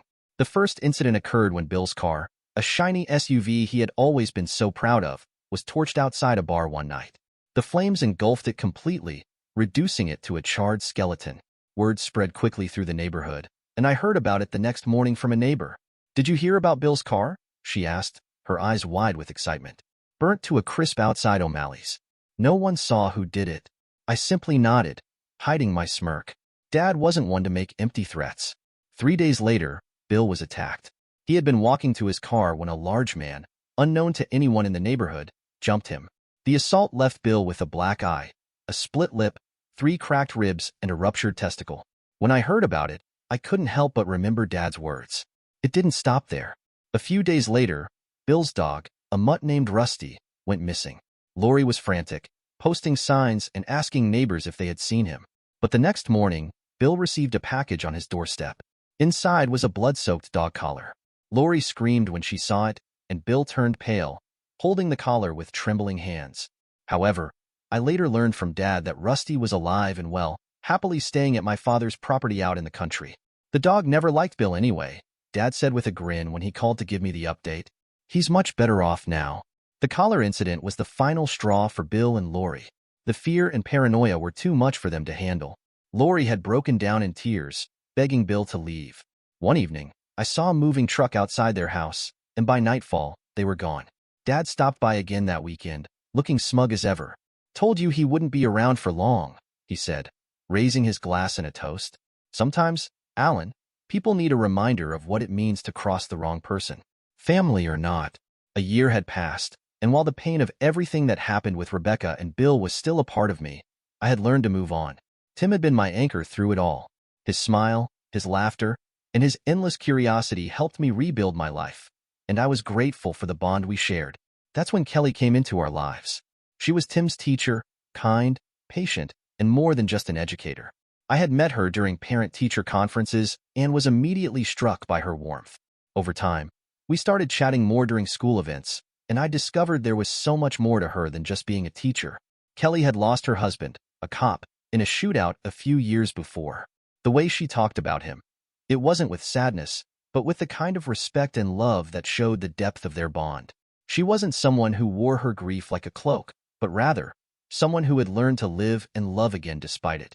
We started to spend more time together, initially as friends, but there was a spark from the very beginning. Tim loved her, too. He'd come home from school and tell me about his day, his stories always ending with some new thing Miss Kelly had taught him or how kind she had been. He adored her. I think, in his own little way, he sensed that she was someone good for us, someone who could bring some light back into our lives. One evening, after a quiet dinner and a long walk through the park, I found myself holding Kelly's hand, looking at her with a mix of admiration and affection. I knew this was it. This was the woman I wanted to spend the rest of my life with, and I was ready to make it official. It wasn't a grand proposal, but it was sincere. I asked her, in the calmness of the evening, if she would marry me, if she would be a part of our little family. She looked at me, a mix of surprise and joy in her eyes, before answering with a soft, yes. When I told him that Kelly and I were getting married, his reaction was priceless.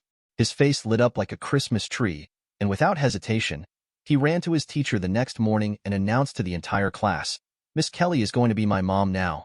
The entire class burst into applause, and even Kelly's eyes welled up with happy tears. Dear listeners, please share your thoughts in the comments section below, and don't forget to like, share, and subscribe.